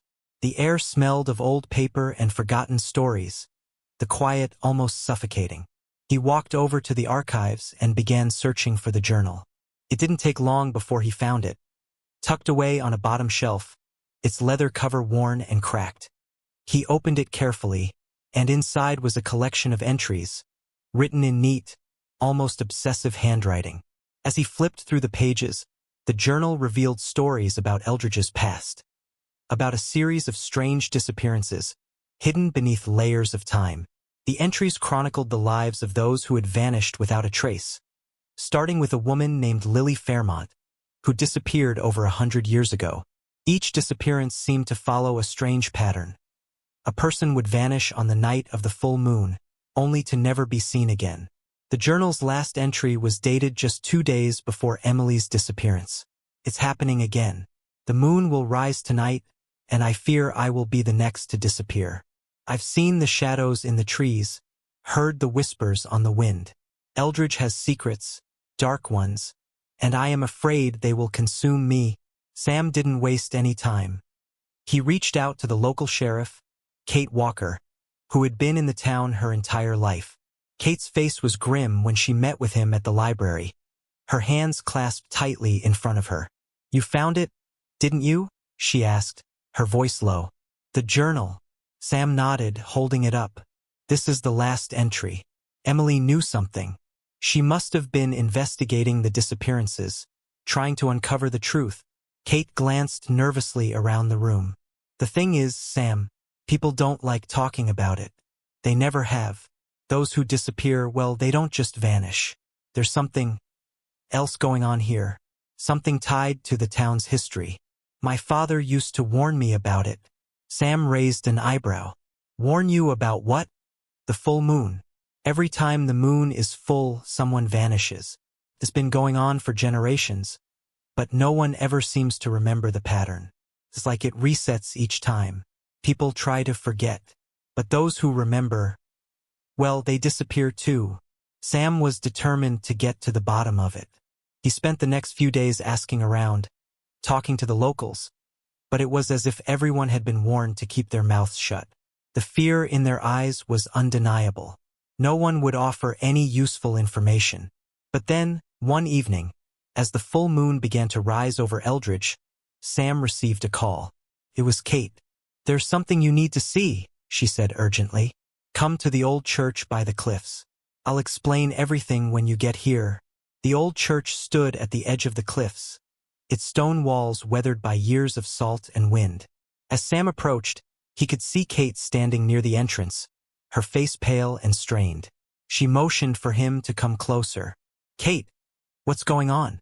Sam asked, his voice filled with concern. Kate looked over her shoulder, making sure no one was watching. "I didn't want to tell you this, but you need to know the truth. Eldridge, it's cursed." And Emily was close to uncovering it. Sam stared at her, confused. "What do you mean? Cursed? The disappearances, are they connected to the full moon?" Kate nodded. "Yes and no. It's not just the moon. It's the land. Eldridge was founded on a pact, an old, twisted agreement made by the town's first settlers. They made a deal with something ancient, something that lived beneath the earth. In exchange for prosperity, the town had to sacrifice someone every generation. It's always been this way." Sam's heart raced. "You're telling me that someone has to disappear every time there's a full moon?" Kate's face darkened. "Yes. And Emily was getting too close. She found out the truth. She knew about the pact. And now," she trailed off, her voice shaking, "now the town wants her gone too." Suddenly, a low growl echoed from the shadows. Sam turned around, his instincts kicking in. Out of the darkness emerged a figure. A man, his face obscured by a hood, but the glint of something sharp in his hand caught the moonlight. "Run!" Kate shouted, but it was too late. The figure lunged at them, and in the blink of an eye, Sam found himself locked in a struggle for his life. In the chaos, Sam managed to break free, grabbing Kate's hand and pulling her toward the cliffs. The figure didn't follow them. Instead, it stood there watching, waiting for something. Kate was breathing heavily, her face pale. It's too late. The ritual has already begun. The town has already chosen. Sam's eyes widened in realization. The ritual? What do you mean? The town's chosen sacrifice, Kate said, her voice trembling. It's always been a member of the community. This year, it's Emily.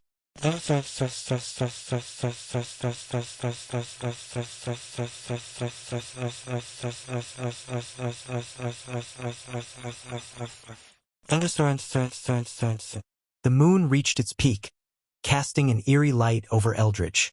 In that moment, Sam understood what was happening.